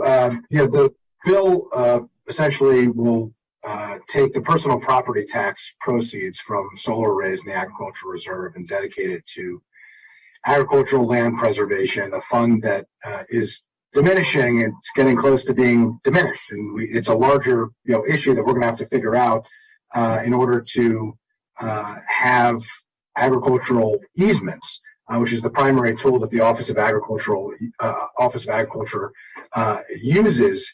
That fund is largely funded through the transfer tax of agricultural properties. Basically, when a farm turns into a suburban subdivision, the taxes that are paid to transfer when the property sale occurs goes into a fund. That fund is used to purchase ag preservation easements. That has been the way that the process works. Well, the good news and bad news is we don't have a whole lot of farms outside of the agricultural reserve remaining that are going to be transferred, because we have made large-scale policy decisions otherwise. And so this would be a very modest mechanism in order to do it. It's nowhere near enough for what is needed to fund that program, and so any diminishment of those funds would have to be subsidized or found somewhere else. And it pales in comparison to the other increases in revenue that will occur. So there was an original effort to look at, what about the change of in the property tax value, because this would be a commercial use, on what had previously been agricultural use, which is much lower. That was extremely complicated and nearly impossible, working with the State Department of Assessments and Taxation, a number of other thoughts. And so this was the simplest, clearest way. It is only a small piece of the revenue that is generated from these solar arrays, commercial solar in the agricultural reserve, and it would allow us to both move forward with the bill that this council approved for solar in the agricultural reserve, and allow us to address the primary concern that many had of, what does this do for the land value that we have artificially suppressed in order to create the agricultural reserve, to protect and preserve, agriculture, two competing, which could be complementary efforts that we were trying to balance. So obvious nexus here of preserving agricultural land, collecting the personal property tax, and dedicating it to agricultural easements, so we can continue with the work that we've done with the agricultural reserve. And I'm pleased that we had a 4-1 vote at the committee, and hope that we'll get overwhelming support here at full council. Councilmember Reimer. Thank you. Well, first of all, just to dispense with the a premise of this, everyone knows, many of us are very frustrated with the regulation or the zoning change that the council did adopt, which has not led to the installation of any systems yet, and may or may not be able to produce some small number of them. It's just unclear. So overall, it's a great disappointment. Having said that, I had also been looking at this, and my original thought for it was to not only look at preservation, but to help farmers do the dual use that we're talking about with solar and farming together. In other words, it's a practice that could benefit from funding to help someone purchase a small piece of land where they both have solar arrays and graze sheep or grow crops. There are some examples of raising crops under solar arrays in other parts of the country. It would be a risky venture, and it's one where some kind of funding might really be helpful to help a farmer get going, or to dig water wells, for solar grazing. That's another. Solar grazing is a very real thing. Grazing sheep beneath solar arrays on pollinator-friendly plants. That is an existing best practice. It's under use in all parts of the country. It's quite big now in Massachusetts, Connecticut, and that's what we were hoping to be able to achieve. You know, we talked with the Ag office, and they said, hey, there could be some challenges with digging a well to support that. So, maybe if you could provide some support so that a property owner could dig a well and then proceed with solar grazing, we'd be more likely to get some of that farming activity here.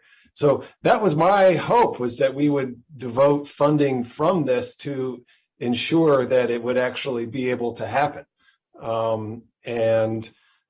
That's so bottom line is, we don't need to have legislation at all to say how tax revenue that we receive is used. And I was hopeful that legislation to put some of that funding towards ag preservation and some of that towards essentially innovation and the best practice of solar and farming together might be able to support a smoothing out, a consensus building of a strong policy. Unfortunately, that's just not the way things have worked out. And I voted no because I just don't think we need a law to constrain how that money is used. We could use that money, whenever it comes in, we can use it for these purposes, for any purpose, that we want. I would hope we would use it for what I've been describing.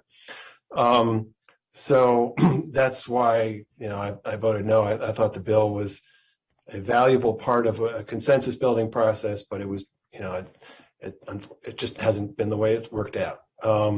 So Councilmember Joando is not here at the time, at this time. He had some similar ideas as well. And he had made a motion, I think, at the committee that did not succeed. But so in any event, I'm actually a little unclear on how many council members we even have at the moment. It's getting late, and we've some are signed in but are not visible. I can't quite tell, but anyway, I do intend to again vote no on this, and I think this is something that could stand some additional work, and certainly. Minimally, I would hope that we could have an amendment that would constrain like half of the funding for preservation, and then we would have some funding to use for other kinds of innovative practices with ag and solar together. So we can proceed into discussion, and then I can make a motion at that, if there's not any other prefatory comments.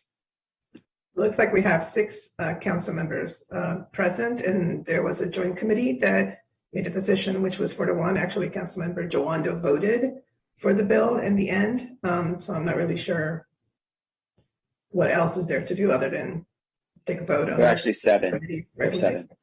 And Councilmember Rice is also present. What there is to do is call on Councilmember Katz. Thank you very much. I'm going to be very, very brief. I am supportive of the legislation.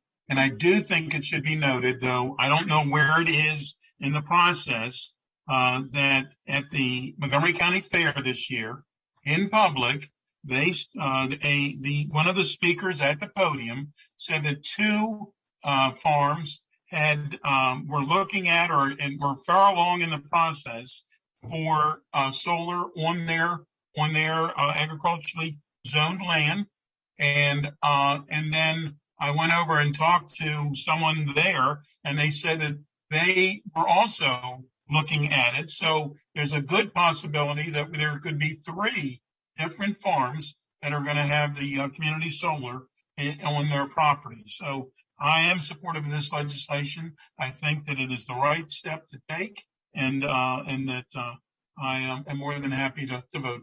Thank you, Mr. President. Thank you.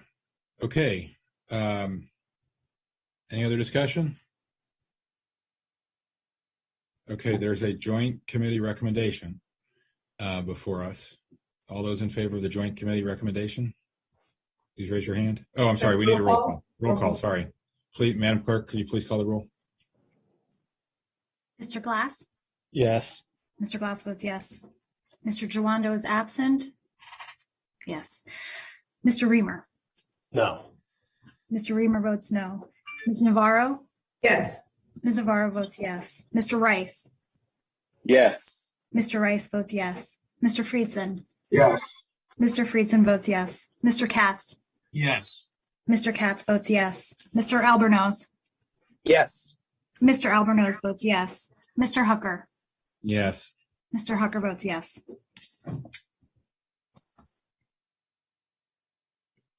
Okay, the bill passes. And then last, we have item 25, action on the withdrawal of Bill 1121, Montgomery County Economic Development Corporation bylaws, live video streaming of open meetings.